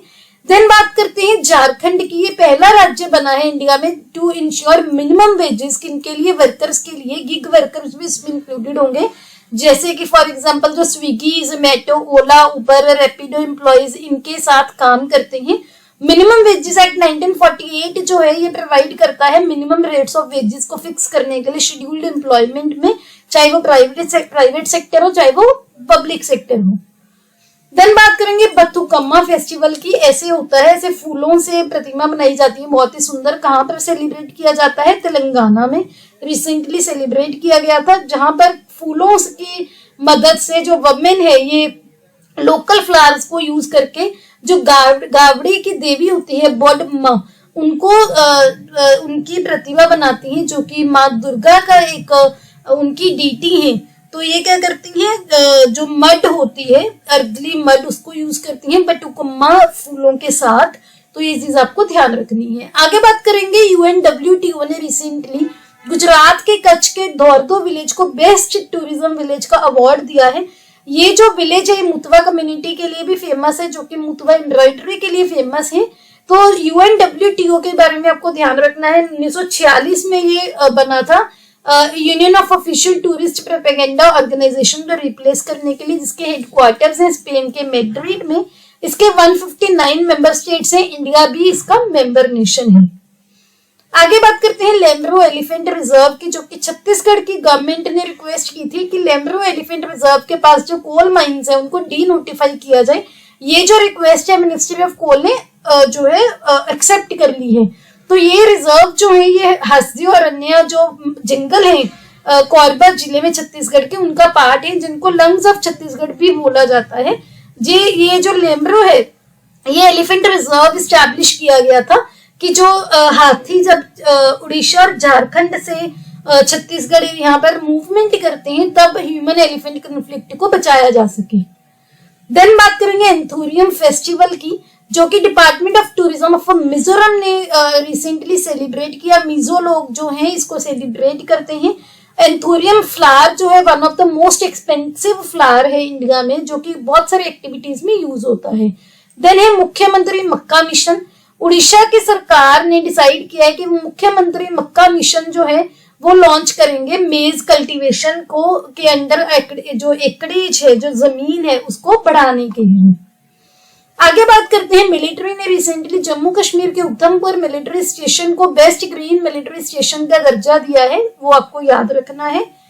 देन है नीलवंडे डैम। ये क्यों न्यूज में था? क्योंकि वहां पर हमारे प्रधानमंत्री जी ने रिसेंटली जन पूजन एक सेरेमनी परफॉर्म की, जो कि महाराष्ट्र के अहमदनगर डिस्ट्रिक्ट में है।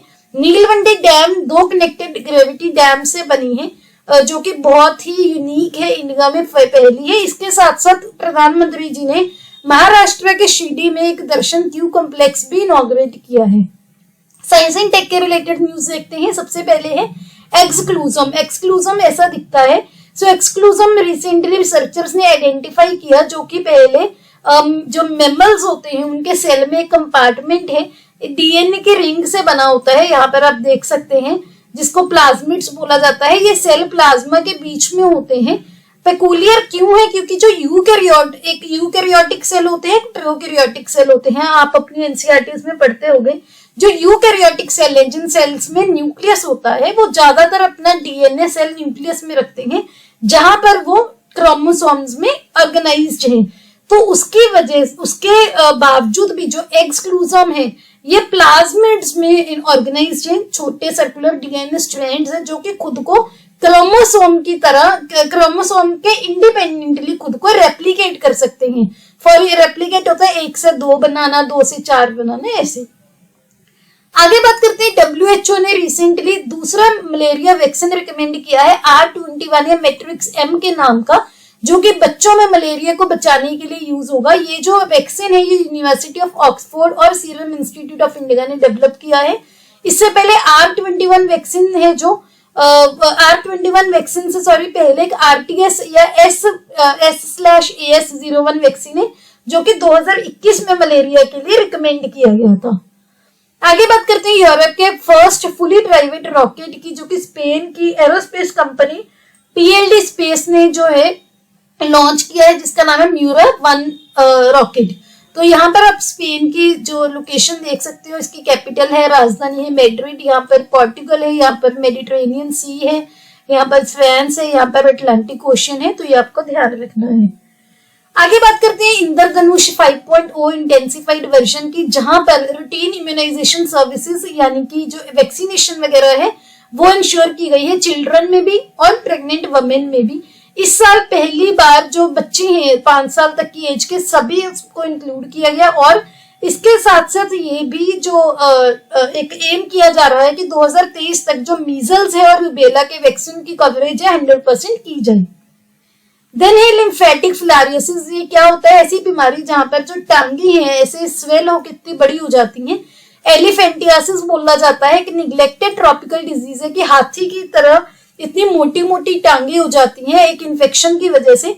रिसेंटली WHO ने डिक्लेयर किया कि जो लाओ पीपल्स डेमोक्रेटिक रिपब्लिक है, जो ये साउथ ईस्ट एशियन रीजन में, यहाँ पर लोकेशन देख सकते हो, ये 2023 में दूसरा देश बन गया बांग्लादेश के बाद जिसने लिम्फेटिक फिलारियोसिस को एलिमिनेट कर दिया है। और इंडिया की अगर बात करें, इंडिया का एम है कि 2027 तक लिम्फेटिक फिलारियोसिस को एलिमिनेट करेगा। देन बात करते हैं तिलापिया पर्वो वायरस की। ये इंडिया का पहला केस जो है तमिलनाडु में रिपोर्ट किया गया है तिलापिया पर्वो वायरस का, जो कि फार्म ब्रेड तिलापिया जो एक फ्रेश वाटर फिश की स्पीशीज है उसको अफेक्ट करता है। उसकी वजह से इसकी काफी डेथ्स हो रही हैं। इंडिया में तीसरी नोन अक्रेंस है। इससे पहले चाइना में 2019 में और 2021 में थाईलैंड में इसके केसेस देखे गए थे। देन बात करते हैं CDSCO ने रिसेंटली इंडिया का पहला chimeric antigen receptor CAR T cell therapy जो है अप्रूव किया है, जो कि ब्लड कैंसर को ट्रीट करने के लिए यूज किया जाएगा। टी सेल्स क्या इम्यून सेल्स हैं जो कि इन्फेक्शन को अटैक करते हैं, चाहे वो इन्फेक्शन कॉजिंग पैथोजेंस को अटैक करते हैं, जैसे कि virus, bacteria, fungi, parasite etcetera. आगे बात करते हैं साइक मिशन की। नासा का ये मिशन है साइक, जो कि एस्ट्रॉइड साइक पर जाएगा, जो कि जो मार्स और जुपिटर के ऑर्बिट्स के बीच में जो ऑर्बिट कर रहा है सन को। एस्ट्रॉइड का छोटे रॉकी बॉडीज होती हैं जो कि सन के आसपास ऑर्बिट करती हैं। मोस्टली ये मार्स और जुपिटर प्लैनेट के ऑर्बिट के बीच में पाई जाती हैं।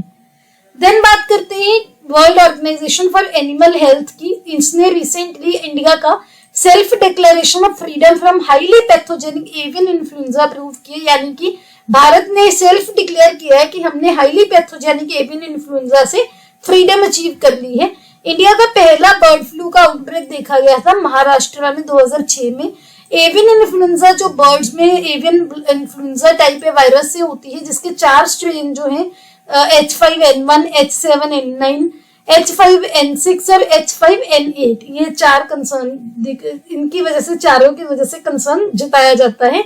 WOAH इसके हेडक्वार्टर है पेरिस में, एक इंटर गवर्नमेंटल ऑर्गेनाइजेशन है ग्लोबल एनिमल डिजीजेस पर ट्रांसपेरेंसी को इंश्योर करने के लिए। आगे बात करते हैं अबॉर्ड मिशन 1 TVD-1 गगनयान की फर्स्ट फ्लाइट टेस्ट अबॉर्ड मिशन की। इसकी टेस्ट फ्लाइट एक पहला फ्लाइट टेस्ट की गई है।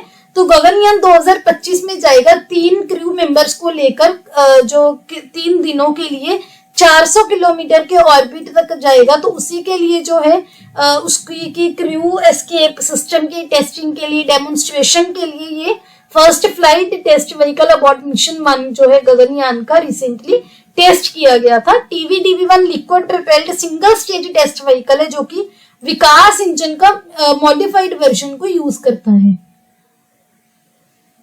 इसके अलावा आपको ये भी ध्यान रखना है कि इंडिया 4th नेशन बन जाएगा क्रूड स्पेसक्राफ्ट को भेजने वाला यूएसए, रशिया और चाइना के बाद में। देन है डिजिक्वच जो कि गूगल ने लॉन्च किया है। इसका एम क्या है कि जो ट्रांजैक्शंस हैं उसको सेफ बनाया जाए। आजकल साइबर रिलेटेड काफी फ्रॉड्स होते हैं, उससे इंडिया को मुक्त करवाने के लिए। देन है रोमन स्पेस टेलीस्कोप जो कि नासा प्रिपेयर कर रहा है मई 2027 में लॉन्च करने के लिए। क्यों करेगा? जो हमारा मिल्की वे गैलेक्सी है उसके बारे में डेप्थ में जो उसकी जर्नी है उसको स्टडी करने के लिए। आगे ड्रैगन फ्लाई मिशन, ये भी 2027 में जाएगा। नासा का एक मिशन है, 2034 में वापिस आ जाएगा। पहला मिशन होगा जो किसी और प्लैनेट पर एक रोटर क्राफ्ट को फ्लाई करेगा, न्यूक्लियर पावर को यूज करेगा। जो शनि ग्रह है उसका मून है सबसे बड़ा टाइटन, उसको ट्राई करेगा कि क्या वहां पर लाइफ है, क्या वहां पर पहले लाइफ थी, अभी लाइफ है, सारी चीजें। जो सैटर्न का सबसे बड़ा मून है ये टाइटन, ये सेकेंड लार्जेस्ट मून है पूरे सोलर सिस्टम में। देन बात करेंगे डेंजर की। एक नया सॉफ्टवेयर टूल है जो कि जीनोम एडिटिंग को सेफ बनाता है। जो अभी करेंटली क्रिस्पर टेक्नोलॉजी हम यूज करते हैं जीनोम एडिटिंग के लिए, उसकी लिमिटेशंस को भी ओवरकम करता है। डेंजर के फुल फॉर्म क्या है? Deleterious and anticipatable guides evaluated by RNA sequencing. बहुत इंपॉर्टेंट है, ध्यान रखना है। जीनोम एडिटिंग क्या होती है? ऑर्गेनिजम्स के जीन्स को एडिट किया जाता है काफी सारी बीमारियों से, डिफेक्ट से बचाने के लिए। अब बात करते हैं एनवायरमेंट रिलेटेड न्यूज की। सबसे पहले ऑपरेशन कच्छप, ये डायरेक्टरेट ऑफ रेवेन्यू इंटेलिजेंस ने एक सक्सेसफुल ऑपरेशन कंडक्ट किया था जिसकी हेल्प से 955 लाइव बेबी टर्टल्स जो हैं उसको रिकवर किया गया, जिसमें Indian tent turtle, Indian flapshell turtle, crown river turtle, black spotted turtle, pond turtle, इन सभी में इसमें इंक्लूडेड थी। ये टर्टल्स जो है कुछ इसमें वल्नरेबल स्टेटस IUCN, कोई नियर थ्रेटेंड है, तो ये चीजें आपको ध्यान रखनी है। ऑपरेशन कच्छप किसका है? देन है दचिंगम नेशनल पार्क। ये क्यों न्यूज में था? क्योंकि union ministry of forest, environment and climate change ने रिसेंटली एक ड्राफ्ट नोटिफिकेशन रिलीज की थी इको सेंसिटिव जोन्स के लिए। किसके लिए? Dachigam national park wildlife sanctuary के लिए। ये जो इको सेंसिटिव जोन है, मान लो ये क्या है, वाइल्ड लाइफ सेंचुरी है, ये आपका है इको सेंसिटिव जोन। ये शॉक एब्जॉर्बर की तरह काम करता है कि यहाँ पर शॉक ना पहुंचे उससे पहले ये रीजन इसको एब्जॉर्ब कर ले। फॉर एक लेमन लैंग्वेज में इसको प्रोटेक्ट करता है। तो ये दचिंगम नेशनल पार्क कहाँ पर है? जम्मू कश्मीर में जबरवन माउंटेन रेंजेस में। तो ये आपको ध्यान रखना है। देन है वाटर मिल जो कि दुनिया का सबसे छोटा फ्लावरिंग प्लांट है, जिसकी आप यहाँ पर पिक्चर देख सकते हैं, ऐसा दिखता है ये। साइंटिस्ट ने रिसेंटली रिसर्च की कि जो वाटर मिल है दुनिया का सबसे छोटा फ्लावरिंग प्लांट, इसको हम यूज करें as a source of nutrition and oxygen. किसके लिए? एस्ट्रोनॉट्स के लिए। इसको डकवीड के नाम से भी जाना जाता है। क्यों? क्योंकि ये डक्स का, बत्तखों का फेवरेट फूड भी है। ये टेम्परेट, सब ट्रॉपिकल और ट्रॉपिकल लोकेशंस में मिलता है। इसके कोई पत्ते नहीं है। ये वर्ल्ड का सबसे छोटा फ्रूट भी प्रोड्यूस करता है जिसको यूट्रिकल बोला जाता है। बहुत ही एक न्यूट्रिशियस चीज है, कंप्लीट प्रोटीन का सोर्स है। देन बात करते हैं डांसिंग फ्रॉग्स की, जिसकी आप यहाँ पर पिक्चर देख सकते हैं। ये ऐसे अपनी लेग को उठा के एक जेस्चर करता है, जिसकी वजह से इसको डांसिंग फ्रॉग का नाम दिया गया है। ये वेस्टर्न घाट्स में पाया जाए। वेस्टर्न घाट्स वाला ये आपको मैप में दिखाया गया है। ये महाराष्ट्र, कर्नाटका, ये सारे रीजन्स में फैला हुआ है। डांसिंग फ्रॉग्स क्या है? ये वेस्टर्न घाट्स में एंडेमिक है। एंडेमिक होता है उसी रीजन में, रिस्ट्रिक्टेड है, वहीं पर मिलता है। तो यहाँ पर ये इनका नाम फुट फ्लैगिंग की वजह से पड़ा, मैंने आपको अभी दिखाया।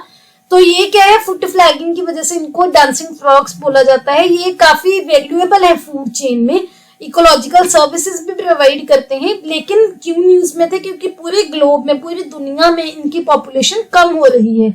इंडिया में टोटल 426 स्पीशीज में से 139 स्पीशीज जो है क्रिटिकली इंडेंजर्ड और वल्नरेबल जो कैटेगराइज की जा चुकी हैं।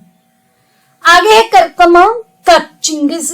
ये क्या है, एक प्लांट स्पीशीज का नाम है जो कि एक रोबस्ट प्लांट है, 8 फीट तक टॉल है, जिसके लार्ज टर्मिनल इनफ्लोरेसेंस है। यहाँ पर आप देख सकते हैं इनफ्लोरेसेंस, यहाँ पर जूम करके दिखाया हुआ है। 3 रिसर्चर्स हैं मणिपुर में जिन्होंने ये मणिपुर में एक नया फ्लावरिंग प्लांट स्पीशीज जो है डिस्कवर की है। ये जिंकी बेरासिक जो फैमिली है उनसे बिलोंग करता है, जिसमें टर्मेरिक, जिंजर, कार्डमम ये चीजें भी आती हैं। देन है नीलगिरी ताहर। इसकी भी आप पिक्चर देख लीजिए, ऐसा दिखता है।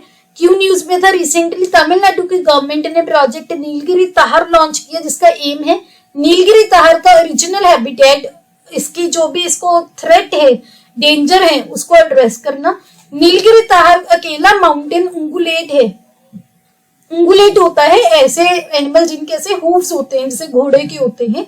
तो ये अकेला माउंटेन उंगुलेट है, ऐसा अकेला एनिमल है जो माउंटेन्स में मिलता है, उंगुलेट है, और सदर्न इंडिया में ही मिलता है। तमिलनाडु का स्टेट एनिमल भी है, वेस्टर्न घाट्स में एंडेमिक है, और IUCN स्टेटस इसका एंडेंजर्ड है।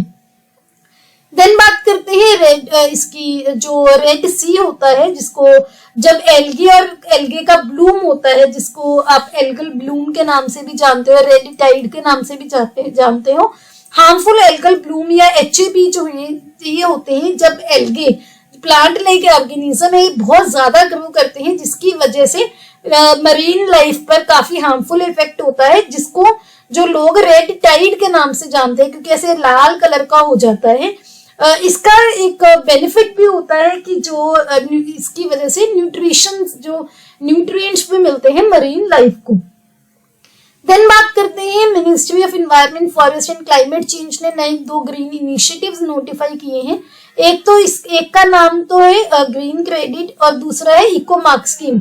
जो ये है GCP है, GCP का क्या एम क्या है, इन्वायरमेंटल पॉजिटिव एक्शंस को इंसेंटिवाइज करना, कुछ ना कुछ इंसेंटिव देने अलग अलग सेक्टर्स में, ग्रीन क्रेडिट जनरेट करेगा।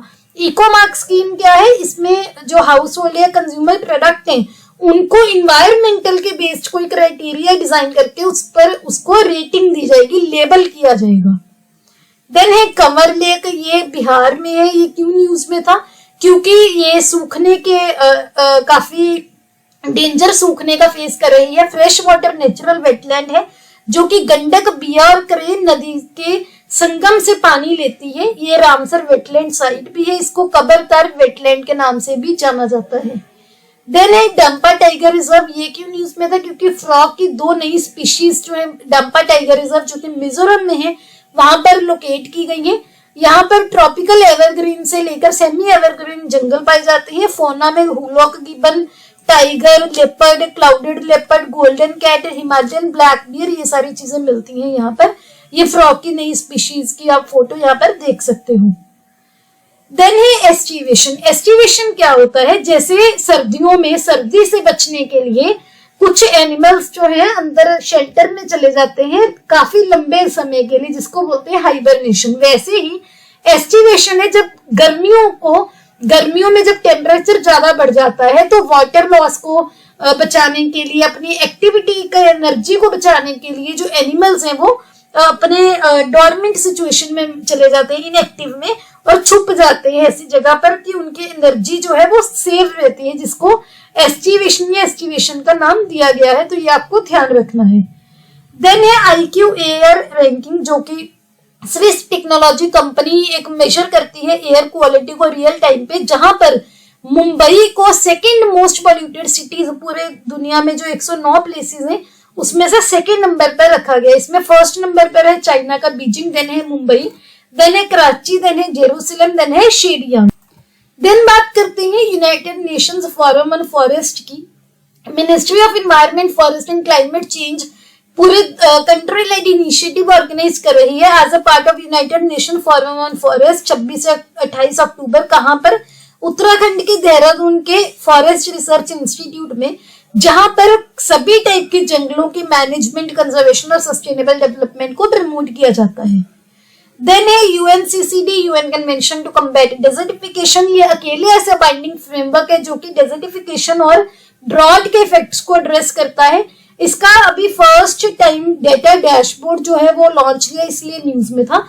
इंडिया भी इसका पार्ट है, सिग्नेटरी है। इसका परमानेंट सेक्रेटेरिएट है जर्मनी के बोन में। इसमें 126 देश हैं जो उसकी नेशनल रिपोर्टिंग फिगर्स जो है कंबाइन की जाएंगी। 197 पार्टीज टू कन्वेंशन है। 1994 में इसकी स्टैब्लिशमेंट हुई थी। देन बात करते हैं पेंट ब्रश स्विफ्ट बटरफ्लाई की, जिसकी आप यहाँ पर फोटो देख सकते हो। ये पहली बार हिमाचल के चंबा जिले में जो है देखी गई। ये हेस्पेरिडी फैमिली से बिलोंग करती है, जो कि 1878 में डिस्कवर की गई। ये इंडिया के नॉर्थ ईस्ट में, सेंट्रल इंडिया, साउथ इंडिया में कॉमन है और उत्तराखंड में काफी रेयर है। यहाँ पर आप देख सकते हैं इसके जो फेदर होते हैं, यहाँ पर 2 ऐसे स्पॉट होते हैं, जिसकी वजह से इसको जो अलग आइडेंटिफाई किया जाता है। ये स्पीशीज का जो लार्वे है ये मोस्टली बैम्बू पे और कुछ और ग्रास स्पीशीज पर फीड करता है। देन बात करते हैं सिकाडा की। सिकाडा क्या है? एक इंसेक्ट है। ये क्यों न्यूज में था? क्योंकि जो सिकाडास है ये नॉर्थ अमेरिकन फॉरेस्ट पर रिसेंटली काफी ज्यादा अमाउंट में देखे गए। यहाँ पर इसकी वजह से क्या हो रहा है, इनडायरेक्टली लीफ डैमेज हो रहा है। वो कैसे? यूजुअली क्या है, जो कैटरपिलर होता है बटरफ्लाई की इनिशियल स्टेज, वो क्या करते हैं, लीफ को खाते हैं, ओक के सैपलिंग्स को खाते हैं। लेकिन जो बर्ड्स हैं वो कैटरपिलर्स को खा जाते हैं, तो इस वजह से लीफ डैमेज होने से बचते हैं। लेकिन क्योंकि अब सिकाडा इतने मास लेवल में मर्ज हुए, तो बर्ड्स क्या कर रहे हैं, कैटरपिलर की जगह पर सिकाडा को खा रहे हैं, तो जिसकी वजह से इनडायरेक्टली कैटरपिलर की पॉपुलेशन बढ़ रही है और लीफ डैमेज की इंटेंसिटी भी बढ़ रही है। अब बात करते हैं इकोनॉमी न्यूज की। सबसे पहले है बसौली पश्मीना। ये जो कि जम्मू कश्मीर के कठुआ जिले की 100 साल से भी पुरानी ट्रेडिशन है। इसको जीआई टैग मिला है रिसेंटली। ये अपनी एक्सेप्शनल सॉफ्टनेस, फाइननेस और बहुत ही जैसे फेदर लाइक वेट के लिए फेमस है। ये हैंड की हेल्प से इसकी स्पिनिंग होती है और बहुत ही सुंदर एम्ब्रॉयडरी होती है। इसकी यहाँ पर आप पिक्चर भी देख सकते हो। देन है रसाबल्ली, जो कि उड़ीसा के केंद्रापड़ा की से बिलोंग करती है। एक स्वीट डिश है जो कि 262 साल पुरानी श्री बलदेव जीव टेम्पल से ओरिजिन इसका माना जाता है। वहां की जो प्रिजाइडिंग डीटी है उसको ये प्रसाद के फॉर्म में भेंट की जाती है। इसकी भी यहाँ पर पिक्चर देख सकते हो। इसको जीआई टैग मिला है। देन है गोवा के काजू कैश्यू, इसको भी जीआई टैग मिला है। ये आप देख सकते हैं। कैश्यू जो है वैसे नॉर्थ ईस्ट ब्राजील से नेटिव है, लेकिन पोर्टुगीज ने गोवा में 16th सेंचुरी में इंट्रोड्यूस किए थे। देन है याक चुरपी। ये अरुणाचल प्रदेश का है। अरुणाचल के याक का जो दूध होता है उससे चुरपी बनती है, जिसको जीआई टैग मिला है। और ये पहला याक मिल्क प्रोडक्ट है जिसको जीआई टैग मिला है। तो यहाँ पर आप इसकी भी पिक्चर देख सकते हैं। देन है खामती चावल। ये एक वैरायटी है चिक्की, थोड़ी चिप जैसे ज्यादा स्टार्च होता है। चिक्की राइस है जो कि अरुणाचल प्रदेश के नामसाई जिले में प्रोड्यूस होते हैं। ये भी जीआई टैग मिला है, अपने टेस्ट के लिए जाने जाते हैं। देन है टांगसा टेक्सटाइल, जिसकी पिक्चर देख सकते हैं। अरुणाचल प्रदेश के चांगलांग डिस्ट्रिक्ट के ट्राइब से ये जो फेमस अपने एक्सोटिक डिजाइनर कलर्स के लिए, इसको भी जीआई टैग मिला है। ये अरुणाचल प्रदेश और असम के तिनकुसिया जिले में ये तांगसा जो ट्राइब है वहां पर पाई जाती है। देन है उगुनगुडी पनंग करुपट्टी। ये क्या है, तमिलनाडु से बिलोंग करती है। जो पाम ट्री है इसके साप से, इसके गुड़ से ये बनती है। इसके जो साप से कलेक्ट करके वहां से गुड़ बनाया जाता है। अभी भी इसको बनाने के लिए कोई केमिकल नहीं यूज किया जाता, ट्रेडिशनल स्ट्रेटेजी ही यूज की जाती है। तो काफी फेमस है, ऑर्गेनिक स्वीटनर है एक, तो ये आपको ध्यान रखना है। इसको भी जीआई टैग मिला है। अब बात करते हैं अपॉइंटमेंट रिपोर्ट, स्कीम्स और इंडिसेस की। सबसे पहले है इंडिया को Asia Pacific institute for broadcasting development का दोबारा से प्रेसिडेंट इलेक्ट किया गया है। इससे पहले इंडिया 2018 से 21 तक और 21 से 23 तक भी प्रेसिडेंट रहा। तीसरी बार ये रहा बनेगा। जो एआईपीडी है यूनेस्को के अंडर स्टैब्लिश हुआ था 1977 में। 92 मेंबर ऑर्गेनाइजेशंस है इसमें, जिसमें जो 44 कंट्रीज के अक्रॉस ये ऑर्गेनाइजेशन है, जिसमें 26 गवर्नमेंट मेंबर्स हैं जो कि 48 ब्रॉडकास्टिंग अथॉरिटीज और ब्रॉडकास्टर्स रिप्रेजेंट करते हैं और 44 एफिलिएट्स करते हैं, जिसमें 28 कंट्रीज जो हैं और regions Asia Pacific, Europe, Africa, Arab states, North America, ये सारे रीजन से बिलोंग करता है और इंडिया भी इसका पार्ट है। देन है periodic labour force survey annual report, जो कि recently national sample survey office ने रिलीज की। इसमें की इंडिकेटर्स कौन से यूज होते हैं? Labour force participation rate, worker population rate, unemployment rate और एक्टिविटी स्टेटस। जो लेबर फोर्स पार्टिसिपेशन रेट क्या है? जो वर्किंग पॉपुलेशन है 15 से ज्यादा एज वाले लोग, चाहे वो एम्प्लॉयड है चाहे वो अनएम्प्लॉयड है, उनका शेयर कितना है, वो चीज उसको कैलकुलेट करने के लिए labour force participation rate use होता है। इसके अलावा जो वर्कर पॉपुलेशन रेशियो है, ये क्या है? एम्प्लॉयड पीपल, जितने लोगों को रोजगार मिला हुआ है, 1000 लोगों में से जितने लोगों को रोजगार मिला है, वो रेशियो है वर्कर पॉपुलेशन रेशियो। इसके बाद है अनएम्प्लॉयमेंट रेट। ये क्या है? ऐसे लोगों के परसेंटेज जो कि लेबर फोर्स में अनएम्प्लॉयड हैं, बेरोजगार हैं। इसके अलावा जो आपकी चौथी टर्म थी एक्टिविटी स्टेटस, वो क्या है? ऐसी चीज को एक मेजर है कि कोई भी इंसान जो एक्टिव पार्टिसिपेंट है लेबर मार्केट में, वो उस पीरियड में लेबर मार्केट में एक्टिव पार्टिसिपेंट था या नहीं था। फॉर एग्जाम्पल 7 दिन का आपको एक्टिविटी स्टेटस जानना है, तो कोई भी इंसान पिछले 7 दिनों में क्या लेबर मार्केट में एक्टिव पार्टिसिपेंट था, वो चीजें चेक करेगा। देन है electricity grids and secure transition report. ये पहली स्टॉक टेक है ग्रिड्स की पूरी दुनिया में, जो कि इंटरनेशनल एनर्जी एजेंसी ने रिपोर्ट जो रिलीज की है। इसमें क्या है? सिक्योर और सस्टेनेबल फ्यूचर को के लिए कैसे एनर्जी पॉलिसीज को शेप करना है, वो चीज डिस्कस की गई है। जो IEA है जो ये Paris based autonomous intergovernmental organisation है। देन है नाइट फ्रैंक इंडेक्स, जो कि एक फर्म है नाइट फ्रैंक, जो वो हाउसिंग प्राइसेस के बेस पर अलग अलग शहरों को जो है रैंकिंग देती है। इसमें इंडिया की मुंबई और बेंगलुरु जो है वो 95th और 77 पोजीशन से पहले अभी 19वीं और 22वीं पोजीशन पर आ गई है, यानी कि यहाँ पर हाउसेस के जो प्राइसेस हैं ज्यादा बढ़ गई हैं। देन है NTPC की न्यूज। ये पहली अकेली इंडियन PSU है जो कि फोर्ब्स की वर्ल्ड बेस्ट एम्प्लॉयर लिस्ट में ऐड हुई है। इसके अकॉर्डिंग जो NTPC की प्रोग्रेसिव और पीपल बिफोर PLF अप्रोच है, वो इसने रिकॉग्नाइज की है। देन है ग्लोबल हंगर इंडेक्स, बहुत फेमस है, बहुत इंपॉर्टेंट है। यहाँ पर अभी 2023 के लिए रिलीज किया गया, जहां पर इंडिया की जो पोजीशन 111 है आउट ऑफ 125 नेशंस। ये जो है concern worldwide wealth hunger life non governmental organisation है, जो कि आयरलैंड और जर्मनी से वो रिलीज करती हैं। इसमें 4 कंपोनेंट इंडिकेटर होते हैं: under nourishment, child stunting, child wasting और चाइल्ड मोर्टेलिटी। तो यहाँ पर आप देखो, ये नॉर्मल एक हाइट है। वेस्टिंग, चाइल्ड वेस्टिंग बोला जाता है कि हाइट की अगर हाइट के अकॉर्डिंग आपकी वेट कम है। स्टंटिंग बोला जाता है कि एज के अकॉर्डिंग आपकी हाइट कम है। अंडर वेट होता है कि एज के अकॉर्डिंग आपका वेट कम है।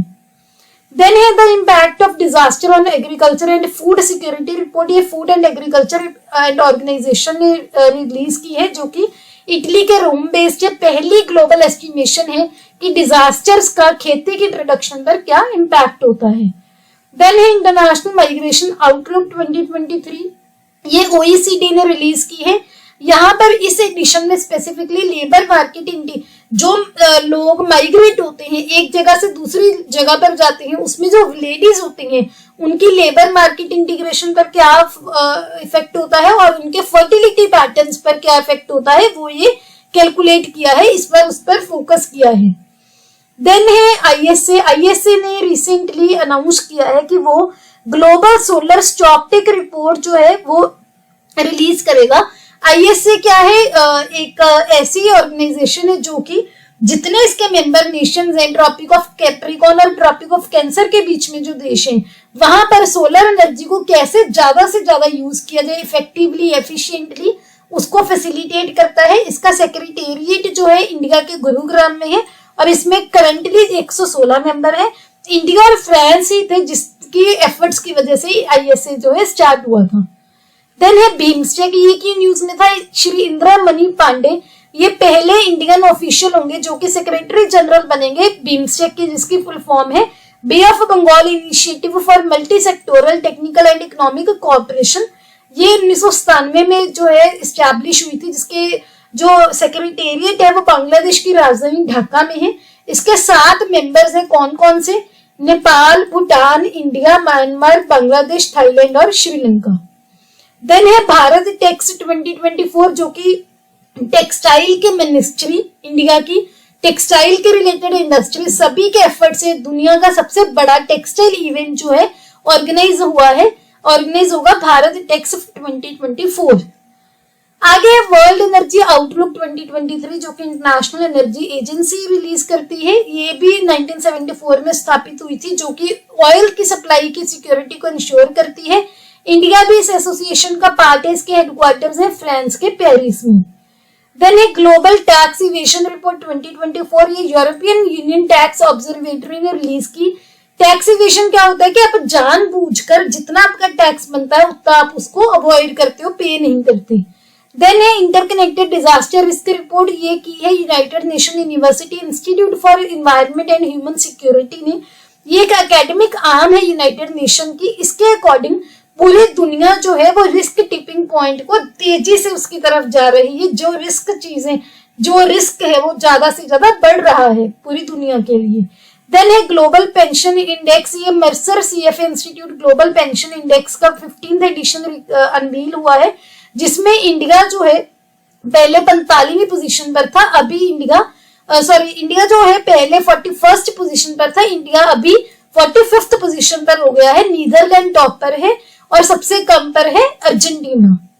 देन है be more milk company, recently New York के टाइम स्क्वायर में जो है वहां पर डिस्प्ले हुआ बिलबोर्ड में। तो आपको बस ये ध्यान रखना है कि बी मोर मिल्क कंपनी किसका है? अमूल का।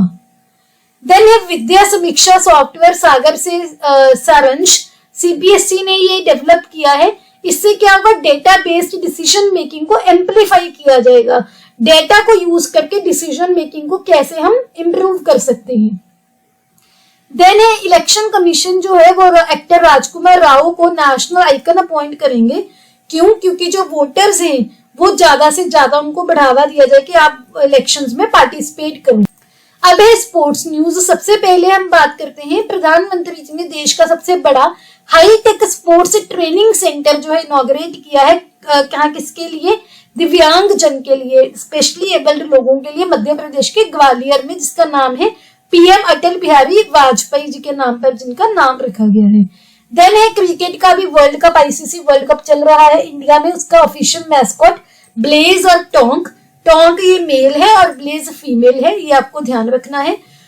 ICC ने सचिन तेंदुलकर को global ambassador for one day inning world cup जो है नाम दिया था। तो आपको अगर पूछ लिया जाए ग्लोबल एम्बेसडर कौन था तो सचिन तेंदुलकर। देन है रिसेंटली जो एशियन गेम्स हुई है उसके कुछ अचीवमेंट इंडिया के।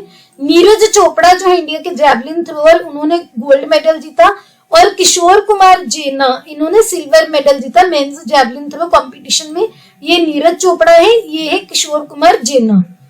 देन बात करते हैं शॉर्ट पुटर तेजिंदर पाल सिंह तुअर की, इन्होंने भी गोल्ड मेडल जीता। इनकी यहाँ पर पिक्चर देख सकते हैं। अविनाश साबले, इन्होंने गोल्ड मेडल जीता स्टीपल चेज में। देन इंडिया के मेंस बैडमिंटन टीम ने सिल्वर मेडल जीता। इसके बाद लवलीना बरगोहेन जो कि इंडिया के बॉक्सर हैं, इन्होंने वुमेन 75 कैटेगरी में सिल्वर मेडल जीता। अनु रानी ने पहला गोल्ड मेडल जीता इंडिया के लिए वुमेन्स जैवलिन थ्रो इवेंट में। इनकी आप पिक्चर देख सकते हैं। देन है पारुल चौधरी, इन्होंने गोल्ड मेडल जीता वुमेन्स 5000 मीटर फाइनल्स में। ये इनका सेकंड मेडल था हंगजाऊ गेम्स में। पहले इन्होंने 3000 मीटर स्टीपल चेज में सिल्वर मेडल जीता था। देन है रोमन पपाना ऋतुजा भोसले, इन्होंने गोल्ड मेडल जीता है टेनिस में। इसके बाद है मेंस स्क्वैश टीम ने जीता है गोल्ड मेडल, इनकी पिक्चर है यहाँ पर। देन है इंडिया के मुरली श्रीशंकर ने सिल्वर मेडल जीता है लॉन्ग जंप इवेंट में। इसके बाद है अर्जुन सिंह और सुनील सिंह, इन्होंने मेंस केनोई डबल 1000 मीटर में ब्रॉन्ज मेडल जीता है। इसके बाद है इंडिया ने पहला अपना सिपाक टाकरा मेडल जीता है वुमेन डिवीजन में। ये एक वॉलीबॉल की जैसे गेम होती है जहां पर किक बॉल जो है लिटरल ट्रांसलेशन है किक बॉल की, ऐसे किक करके बॉल को जो है खेला जाता है। देन है इंडिया के आर्चरी में मेडल जीता अतानु दास, धीरज बमदेवरा एंड तुषार प्रभाकर ने सिल्वर मेडल जीता। इसके बाद अंडर 23 वर्ल्ड चैंपियन रेसलर अमन शेरावत है, इन्होंने ब्रॉन्ज मेडल जीता और ये इनका एशियन गेम्स में पहला मेडल था। देन है इंडिया की जो हॉकी टीम थी, उन्होंने जापान को हराकर गोल्ड मेडल जीता। इसके बाद दीपिका पल्लिकल और हजिंदर पाल संधू, इन्होंने मलेशिया के टीम को हराकर मिक्स्ड डबल स्क्वैश इवेंट में गोल्ड मेडल जीता। इसके बाद है इंडिया के ज्योति विनम, अदिति स्वामी और परनीत कौर, इन्होंने वमेन्स कंपाउंड आर्चरी टीम में गोल्ड मेडल जीता। देन है इंडिया की वमेन कबड्डी टीम, इन्होंने भी गोल्ड मेडल जीता। देन एशियन गेम्स में ही इंडिया की मेंस क्रिकेट टीम ने T20 इनिंग में गोल्ड मेडल जीता। इसके बाद किरण बलियान थी, पहली इंडियन वमेन बनी जिन्होंने Asian games medal short put event में गोल्ड मेडल जीता। इसके बाद पैरा गेम्स जो हुई थी जो टोटल ये जो एशियन गेम्स है इसमें टोटल अचीवमेंट रही, इस बार इंडिया के टोटल 107 मेडल रहे और इंडिया का कमिटमेंट थी इस बार 100 पर, वो भी इन्होंने अचीव किया। तो टोटल 4th प्लेस रही टोटल जो रैंकिंग्स में। पैरा गेम्स की बात करें, ये भी हंगजाऊ में हुई थी। यहाँ पर क्या इसका जो फीफी है, ये इसका मैस्कॉट है जिसकी पिक्चर देख सकते हैं। 4th एशियन पैरा गेम्स थी, ये पहले 2022 में होनी थी, पोस्टपोन हुई, जिसमें इंडिया की 5th पोजीशन रही। पैरा गेम्स में 29 गोल्ड मेडल जीते और इन टोटल 111 मेडल जीते। चाइना के 521 मेडल रहे। इनमें दीप्ति जीवनी, इन्होंने गोल्ड मेडल जीता था वमेन 400 मीटर T20 इवेंट में। प्राची यादव थी, इन्होंने women para canoe KL2 event में गोल्ड जीता। देन सुमित अंटिल ने गोल्ड मेडल जीता जैवलिन F54 में। निषाद कुमार ने गोल्ड मेडल जीता, जो एक नया एशियन गेम रिकॉर्ड भी सेट किया। सिद्धार्थ बाबू थे 50 मीटर राइफल SH1 इवेंट जीता। और इंडिया के नीरज यादव ने मेंस डिस्कस थ्रो में जो है गोल्ड मेडल जीता। इसके बाद है first under 23 women world wrestling championship जो जीती है इंडिया के ऋतिका हुड्डा ने से अंडर 76 कैटेगरी में। सेकंड इंडियन बनी है टोटल। पहले इनसे अमन शेरावत थे जो पहले इंडियन रेसलर थे, लेकिन इंडिया के वमेन कैटेगरी में पहली वमेन है। देन है first female Indian car racer British endurance championship में जम्मू कश्मीर की हमायरा मुश्ताक बनी, जहां पर आप इनकी भी पिक्चर देख सकते हैं। इसके अलावा इंडिया में recently 141st international Olympic committee session हुआ था, जहां पर इंडिया ने पिच किया है कि 2036 में ओलंपिक गेम्स जो है इंडिया होस्ट करना चाहता है। देन आपको ध्यान रखना है कि नीरज चोपड़ा ने लॉरियस एम्बेसडर वो बने हैं। इससे पहले क्रिकेटर युवराज सिंह थे जो लॉरियस एम्बेसडर थे, और नीरज चोपड़ा सेकंड इंडियन है जो लॉरियस एम्बेसडर जिनका नाम दिया गया है। इसके बाद जो अभी ओलंपिक्स 2028 होगा उसमें 5 स्पोर्ट्स नई ऐड की गई हैं, जिसमें से कुछ तो पहली बार ही खेली जाएंगी, जिसमें 5 कौन कौन सी है? बेसबॉल या softball, cricket T20 innings, flag football, lacrosse और स्क्वाश। ये आपको 5 के नाम याद रखने हैं। जो फ्लैग फुटबॉल और स्क्वैश है तो पहली बार खेले जाएंगे। क्रिकेट पहले खेला गया था आज से 128 साल पहले, अभी 128 साल बाद 2028 में खेला जाएगा। बेसबॉल और सॉफ्टबॉल जो है ये भी अलग अलग एडिशंस में खेले गए थे। रिसेंटली टोक्यो 2020 में भी खेला गया, अभी 2028 में खेला जाएगा। देन है एशियन वुमेन्स हॉकी चैंपियनशिप, ये झारखंड के रांची में होगी 27 अक्टूबर से 14 नवंबर तक, जिसमें जो मैस्कॉट है जूही, यहाँ पर पिक्चर देख सकते हैं। अलग अलग देशों की टीम्स आएंगी। देन अवार्ड्स की बात करें, इस बार जो नोबेल प्राइजेस दिए गए, सबसे पहले है मेडिसिन में जो कि मिला है जो फिजियोलॉजी और मेडिसिन में कैटेलिन कारिको और ड्रू वीजमैन को। क्यों मिला है? क्योंकि उनके एफर्ट्स की वजह से जो कोविड-19 के अगेंस्ट mRNA वैक्सीन जो है वो डेवलप हुआ। इसके बाद फिजिक्स में जो मिला है 3 लोगों को मिला है, पीरी एगोस्टिन, फेरेंस क्रॉस एंड NAL ह्यूलियर। इनको क्यों मिला है? क्योंकि इन्होंने एटोसेकंड पल्सेस ऑफ लाइट को जनरेट करने के लिए जो एक्सपेरिमेंटल मेथड्स बताए उसकी हेल्प से इलेक्ट्रॉन डायनेमिक्स को स्टडी करने में हेल्प मिली। इलेक्ट्रॉन जो ये ब्लैक डॉट में एटम के मॉडल में दिखाए गए हैं, एटम के सेंटर में होते हैं न्यूक्लियस और प्रोटॉन, और इलेक्ट्रॉन जो कि नेगेटिवली चार्ज्ड होते हैं ये आसपास इसके ऑर्बिट करते हैं। केमिस्ट्री में scientist Moungi G Bawendi, Louis E Brus and Alexei I Ekimov इनको मिला है। क्यों मिला है? इन्होंने नैनो पार्टिकल्स और क्वांटम डॉट्स जो हैं वो डिस्कवर किए हैं, जो कि एलईडी लाइट्स और टीवी स्क्रीन में जो है यूज किए जाते हैं। अभी इन्होंने डिस्कवर किया कि इनको कैंसर टिश्यू को रिमूव करने के लिए भी यूज किया जा सकता है। देन लिटरेचर में नॉर्वेजियन ऑथर हैं जॉन फॉस, इनको मिला है। क्यों? क्योंकि इन्होंने जो अलग अलग इनोवेटिव प्लेज और जो इनकी अनसे जिनकी वॉइस नहीं थी, जो ऐसे लोग जिनकी कोई आवाज नहीं होती, यानी कि कोई उनको रिप्रेजेंट करने वाला नहीं होता सोसाइटी में, उनको इन्होंने आवाज दी है, तो ये आपको ध्यान रखना है। देन पीस प्राइज जो है वो मिला है नरगिस मोहम्मदी को। क्यों? क्योंकि उन्होंने ईरान में लेडीज की अगेंस्ट जो ऑपरेशन होता है उसके लिए फाइट की। देन बात करते हैं 2023 का जो शास्त्र रामानुजन प्राइज है मैथमेटिक्स का, वो मिला है रिजियांग जांग को, जो कि असिस्टेंट प्रोफेसर है यूनिवर्सिटी ऑफ कैलिफोर्निया के, जो कि यूएसए में है। ये अवार्ड 32 साल से कम मैथमेटिशियंस को दिया जाता है, जो कि रामानुजन जी के जो बहुत लेजेंडरी मैथमेटिशियन है उनके इन्फ्लुएंस एरिया में काम करते हैं। इसके बाद है first female recipient global Indian award की मिलनी है सुधा मूर्ति जी, जो कि इन्फोसिस को फाउंडर नारायण मूर्ति जी की वाइफ है और फिलेंथ्रोपिस्ट भी हैं, जिनकी पिक्चर भी आप यहाँ पर देख सकते हैं। देन है डच स्पिनोजा प्राइज, ये डॉक्टर जोइता गुप्ता को मिला है, इंडियन ओरिजिन प्रोफेसर हैं यूनिवर्सिटी ऑफ एम्स्टरडैम में, क्योंकि उन्होंने क्लाइमेट चेंज के फील्ड में जो बहुत अच्छा काम किया है। इसके बाद 2023 का बाल साहित्य पुरस्कार दिलीप नोंगमैथम को मिला है, मणिपुरी लैंग्वेज में राइटर है। बाल साहित्य पुरस्कार जो है शेड्यूल लैंग्वेजेस में और इंग्लिश और राजस्थानी लैंग्वेज, इन 24 लैंग्वेज में से किसी भी लैंग्वेज के जो मेन किसी ने अच्छा काम किया हो उसको एक्सेप्शनल काम के लिए मिलता है। इसके बाद Tata literature life time award मिला है तमिल राइटर CS लक्ष्मी अम्बाई जी को, यहाँ पर पिक्चर देख सकते हैं। देन है जवाहरलाल नेहरू यूनिवर्सिटी से पहली जो वमेन है ऑनररी डॉक्टरेट डिग्री रिसीव करने वाली, वो बनी है तंजानिया की प्रेसिडेंट सामिया सुलूहू हसन।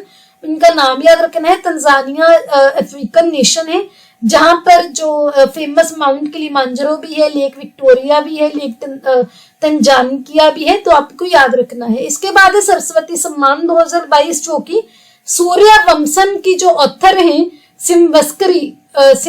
शिव शंकरी, उनको मिला है, तमिल राइटर हैं, ये आपको ध्यान रखना है। इसके बाद film awards, national film awards जो मिले हैं, जो इनमें बेस्ट जो एक्टर का अवार्ड मिला है अल्लू अर्जुन को, आलिया भट्ट को मिला है बेस्ट एक्ट्रेस का, और कृति सेनन को बेस्ट एक्ट्रेस का, Pallavi Joshi best supporting actress का कश्मीर फाइल्स के लिए, पंकज त्रिपाठी को मिमी मूवी में best supporting actor, then RRR movie को बेस्ट मूवी का, वहीदा रहमान जी को दादा साहेब फाल्के अचीवमेंट अवार्ड, बहुत इंपॉर्टेंट है, रॉकेटरी मूवी को best feature film, Shreya Ghoshal को बेस्ट फीमेल प्लेबैक सिंगर और प्रेम रक्षित को बेस्ट कोरियोग्राफी अवार्ड। इसके बाद national medal of technology and innovation 2 Indian American scientist को मिला है, जो कि है अशोक गडगिल और सुब्रत सुरेश। यूएस के प्रेसिडेंट जो बाइडेन ने दिया है। ऐसे लोगों को दिया जाता है जो साइंस एंड टेक्नोलॉजी के फील्ड में अचीवमेंट करते हैं। इसके बाद है यूएन अवार्ड 2023 ICAI को मिला है, क्योंकि उन्होंने सस्टेनेबिलिटी रिपोर्टिंग में काफी कंट्रीब्यूट किया। देन है Mother Teresa memorial award for social justice 2023 Narges Mohammadi को मिला है। क्यों? क्योंकि इन्होंने जो ईरान में लेडीज के राइट्स के लिए प्रोटेस्ट किया। इसके बाद डिफेंस रिलेटेड न्यूज, सबसे पहले प्रोजेक्ट उद्भव। ये क्या है? एक ऐसा इनिशिएटिव है इंडियन आर्मी ने जो किया है कि पुराने जो एंशिएंट टेक्स्ट है, एंशिएंट किंगडम्स की नॉलेज को यूज करके मॉडर्न जो डिफेंस चैलेंजेस को हम कैसे सॉल्व कर सकते हैं। इंडियन आर्मी ने United services institution of India के साथ अभी पार्टनरशिप भी की है प्रोजेक्ट उद्भव के अंडर। देन है समृद्धि एक्सरसाइज, ये इंडिया और बांग्लादेश की ज्वाइंट मिलिट्री एक्सरसाइज है, मेघालय के उमरोई में हुई है रिसेंटली। इसके बाद HADR एक्सरसाइज चक्रवात 2023 annual joint humanitarian assistance and disaster relief exercise है, गोवा में हुई है। जहां पर Indian navy, Indian army, Indian air force ये पार्ट लेते हैं और रोटेशन बेसिस पर कंडक्ट करते हैं। इस बार ये इंडियन नेवी ने कंडक्ट किया। देन है यूरोपियन यूनियन और इंडिया की पहली ज्वाइंट नेवल एक्सरसाइज हुई है गल्फ ऑफ गिनिया में, जिसकी आप यहाँ पर लोकेशन देख सकते हैं। इसके अलावा इंडिया की आर्मी का पहला वर्टिकल विंड टनल जो है लॉन्च किया गया है। ये क्या करेगा, फ्री फॉल कंडीशन को वर्चुअल उसमें real life free fall conditions को साइमुलेट करेगा, यानी कि ऐसे दिखाएगा कि एक्चुअल में हो रहा है, जिसकी बेस्ड उनको ट्रेनिंग दी जाए। देन है एक्सरसाइज हरिमऊ शक्ति, इंडिया और मलेशिया की आर्मी के बीच ज्वाइंट मिलिट्री एक्सरसाइज है जो कि इंडिया के उमरोई कैंटोनमेंट में हुई है। देन है चेतक और चीता हेलीकॉप्टर। इंडियन आर्मी ने डिसाइड किया कि 2027 से ये फेज आउट हो जाएंगे, धीरे धीरे खत्म कर देंगे। जो चेतक हेलीकॉप्टर है 2 टन क्लास हेलीकॉप्टर है, 7 सीटर है, हिंदुस्तान एरोनॉटिक्स लिमिटेड जो है मैन्युफैक्चर करती है। Multi role versatile multipurpose helicopter है। चित्ता जो है ये 5 स्टार हेलीकॉप्टर है, हाई परफॉर्मेंस है और इसके पास वर्ल्ड रिकॉर्ड भी है सबसे ज्यादा हाइट पर फ्लाई करने का। देन है मिसलेनियस न्यूज। सबसे पहले तो है कोटक म्यूचुअल फंड है, इन्होंने इन्वेस्टर एजुकेशन और अवेयरनेस प्रोग्राम लॉन्च किया है सीबीएसई के साथ पार्टनरशिप में। इस प्रोग्राम का नाम है सीखो पैसे की भाषा। देन इसका एम है जो फाइनेंशियल लिटरेसी के बारे में एजुकेट करना। देन है Indo Latin American cultural festival new Delhi में हुआ है, जिसमें 34 आर्टिस्ट ने कोलंबिया, इक्वेडर और चिली इन देशों के जो कि लैटिन अमेरिकन नेशंस हैं पार्टिसिपेट किया। कहां पर? वो न्यू दिल्ली में। यहाँ पर आप इसकी लोकेशन भी देख सकते हैं, लैटिन अमेरिका इसको बोला जाता है पूरे रीजन को। देन है periodic labour force survey annual report, I am sorry ये रिपीट हो गया है। देन है चक्कर 2 ऑपरेशन। सीबीआई ने रिसेंटली काफी सारी लोकेशन सर्च की चक्कर 2 ऑपरेशन के अंडर। चक्कर 2 ऑपरेशन जो है ये सीबीआई का एक ऐसा ऑपरेशन है जिसके अंडर वो साइबर के द्वारा जो फाइनेंशियल क्राइम्स होते हैं उसको वो डिसमेंटल करते हैं। चक्कर 1 जो ऑपरेशन था ये भी सीबीआई का था, एफबीआई और पुलिस फोर्सेस के साथ में। इसके अलावा एनसीईआरटी पैनल ने रिकमेंड किया है कि अगले साल से एनसीईआरटी बुक्स में इंडिया को भारत से रिप्लेस कर दिया जाए। ये 2022 सोशल साइंस कमेटी उसने सजेशन किया था। देन है समिट ऑफ द 3 बेसिन्स। ये कहां पर हुई है? ब्राजीलिया में, जो कि रिपब्लिक ऑफ कॉन्गो में है। यहाँ पर 3 बेसिन कौन सी? Amazon basin, Congo basin, Borneo, Mekong and South East Asia. ये तीनों पार्टिसिपेट करती हैं, जिनकी आप यहाँ पर लोकेशन देख सकते हैं। ये अमेजन बेसिन है, कॉन्गो बेसिन है, Mekong, south East Asia basin. इसके बाद फर्स्ट इंडियन कंपनी जो आईफोन जो है मैन्युफैक्चर करेगी वो बनेगी टाटा ग्रुप, बस नाम याद आपको रखना है। इसके अलावा है वज्र मुश्ती कलागा। वज्र मुश्ती कलागा एक ऐसी मार्शल आर्ट है जिसमें रेसलिंग, स्ट्राइकिंग ऐसे पिक्चर दिखाई गई है। ये सभी टेक्निक्स यूज होती हैं। वज्र मुश्ती का मतलब होता है थंडरबोल्ट फिस्ट, मुट्ठी को यूज किया जाता है। ये मार्शल आर्ट वैसे तो एक्सटिंक्ट हो गई है, खत्म हो गई है, लेकिन दशहरा के टाइम ये यूज होती है। ये विजयनगर रूलर्स के टाइम पॉपुलर थी, जो कि 14th और 17th सेंचुरी के बीच में राज करते थे। अब ऑबिचुअरीज की बात करें, सबसे पहले है दया भाई शास्त्री, पद्मश्री अवार्डी थे, इंडियन स्कॉलर ऑफ संस्कृत थे और ब्रह्मर्षि संस्कृत महाविद्यालय के फाउंडर भी थे। पिक्चर देख सकते हैं आप इनकी यहाँ पर। इनके बाद डॉक्टर मनोहर सिंह गिली 11th chief election commissioner of India थे, इनकी भी पिक्चर देख सकते हैं। इसके बाद है जो बिशन सिंह बेदी जी, इंडियन क्रिकेटर, ये स्पिनर थे। ये ही रिसेंटली पास्ट है, ये भी इनको भी पद्मश्री अवार्ड मिला हुआ था। देन इंपॉर्टेंट डेज देखते हैं। सबसे पहले international day of older persons 1 अक्टूबर को मनाया जाता है। इस बार का थीम था fulfilling the promises of universal declaration and human rights for older persons across generations. International coffee day 1 अक्टूबर को मनाया जाता है। इसका थीम था sustainability through circular economy and regenerative agriculture.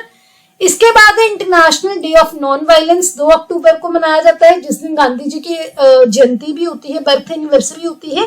और 2 अक्टूबर को ही लाल बहादुर शास्त्री जी की भी जयंती होती है, जो कि भारत के 2nd प्राइम मिनिस्टर थे। इसके बाद आपको याद रखना है वर्ल्ड टीचर्स डे 5 अक्टूबर को मनाया जाता है। वर्ल्ड टीचर्स डे है, नेशनल टीचर डे 5 सितंबर को होता है। इस बार का इसका थीम था teachers we need for education we want global imperative to reverse the teacher shortage. Then है world cerebral palsy. Cerebral palsy जो है ये ब्रेन के साथ एक जो रिलेटेड है, 6 अक्टूबर को मनाया जाता है। इस बार का थीम है टुगेदर स्ट्रॉन्गर। इसके बाद है वर्ल्ड कॉटन डे 7 अक्टूबर को मनाया जाता है पूरी दुनिया में कॉटन की इंपॉर्टेंस जानने के लिए। देन है इंडिया एयरफोर्स डे 8 अक्टूबर को मनाया जाता है। इस बार का थीम था IAF air power beyond boundaries. Then है India foreign services IFS day 9 अक्टूबर को मनाया जाता है। वर्ल्ड पोस्ट डे 9 अक्टूबर को, इसका थीम था together for trust collaborating for a safe and connected future. Then है world mental health day 10 October को मनाया जाता है। बहुत इंपॉर्टेंट है, इसका थीम था mental health is a universal human right. Then है गुड्स मैन्युफैक्चरिंग प्रैक्टिस डे पहली बार मनाया गया 10 अक्टूबर को। इस बार क्या है, जो मैनी इंडियन ड्रग्स हैं उसकी क्वालिटी को इंप्रूव करने पर फोकस किया गया। International day of girl child 11 अक्टूबर को मनाया जाता है।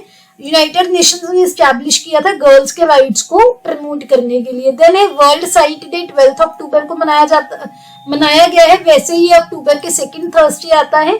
इस बार का थीम था love your eyes at work. Then है वर्ल्ड आर्थराइटिस डे 12 अक्टूबर को, इस बार का थीम था living with an RMD at all stages of life. Then है international day for disaster risk reduction 13 अक्टूबर को मनाया जाता है ये। इस बार का थीम था fighting inequality for a resilient future. World standard day 14 अक्टूबर को मनाया जाता है, जो भी ग्लोबल इकोनॉमी के स्टैंडर्डाइजेशन की इंपॉर्टेंस को बताने के लिए। इसके बाद राष्ट्रीय महिला किसान दिवस 15 अक्टूबर को। International day of rural women 15 अक्टूबर को। वर्ल्ड स्टूडेंट डे भी 15 अक्टूबर को। World global hand washing day 15 अक्टूबर को। वर्ल्ड फूड डे 16 अक्टूबर को, जो कि FAO के एफर्ट्स के बाद सेलिब्रेट किया जाता है। इस बार का थीम था water is life, water is food, leave no one behind. Then है world anaesthesia day, anaesthesia and cancer care, इस बार का थीम था। World spine day, move your spine, इस बार का थीम था। देन है वर्ल्ड ट्रॉमा डे 17 अक्टूबर को मनाया जाता है। इंटरनेशनल पॉवर्टी एरिडिकेशन डे 17 अक्टूबर को, जिसका थीम था putting dignity in practice for all. International stuttering awareness day, stuttering होती है स्टैमर करना, हकलाना, 22 अक्टूबर को मनाया जाता है। इंटरनेशनल स्नो लेपर्ड डे 23 अक्टूबर को, इस बार का थीम था ये बिश्केक डिक्लेरेशन को ऑब्जर्व करने के लिए मनाया जाता है। यूनाइटेड नेशंस डे 24 अक्टूबर को मनाया जाता है। वर्ल्ड पोलियो डे भी 24 अक्टूबर को। देन है वर्ल्ड डेवलपमेंट इंफॉर्मेशन डे 24 अक्टूबर को मनाया जाता है ये भी। इस बार का थीम था harnessing the power of information and communication technologies to build a better world. Then है वर्ल्ड सस्टेनेबिलिटी डे, हर अक्टूबर के चौथे वेडनेसडे को मनाया जाता है। इस बार 25 अक्टूबर को मनाया गया। इन्फेंट्री डे क्या है, जो आर्मी के जवान जो शहीद हुए हैं उनको शहादत पे करने के, रिस्पेक्ट पे करने के लिए मनाया जाता है। इसके बिल्कुल फ्री ऑफ कॉस्ट आपको PDF मिल जाएगी हमारे टेलीग्राम चैनल पर और व्हाट्सएप चैनल पर, जिसके लिंक आपको डिस्क्रिप्शन में मिल जाएंगे। आप रिवीजन कर सकते हैं। अगर आपको ये वीडियो अच्छी लगी please hit the like button, अपने दोस्तों के साथ वीडियो को शेयर कीजिए। Don't forget to subscribe to my channel. See you tomorrow at 8 o'clock। Have a nice day.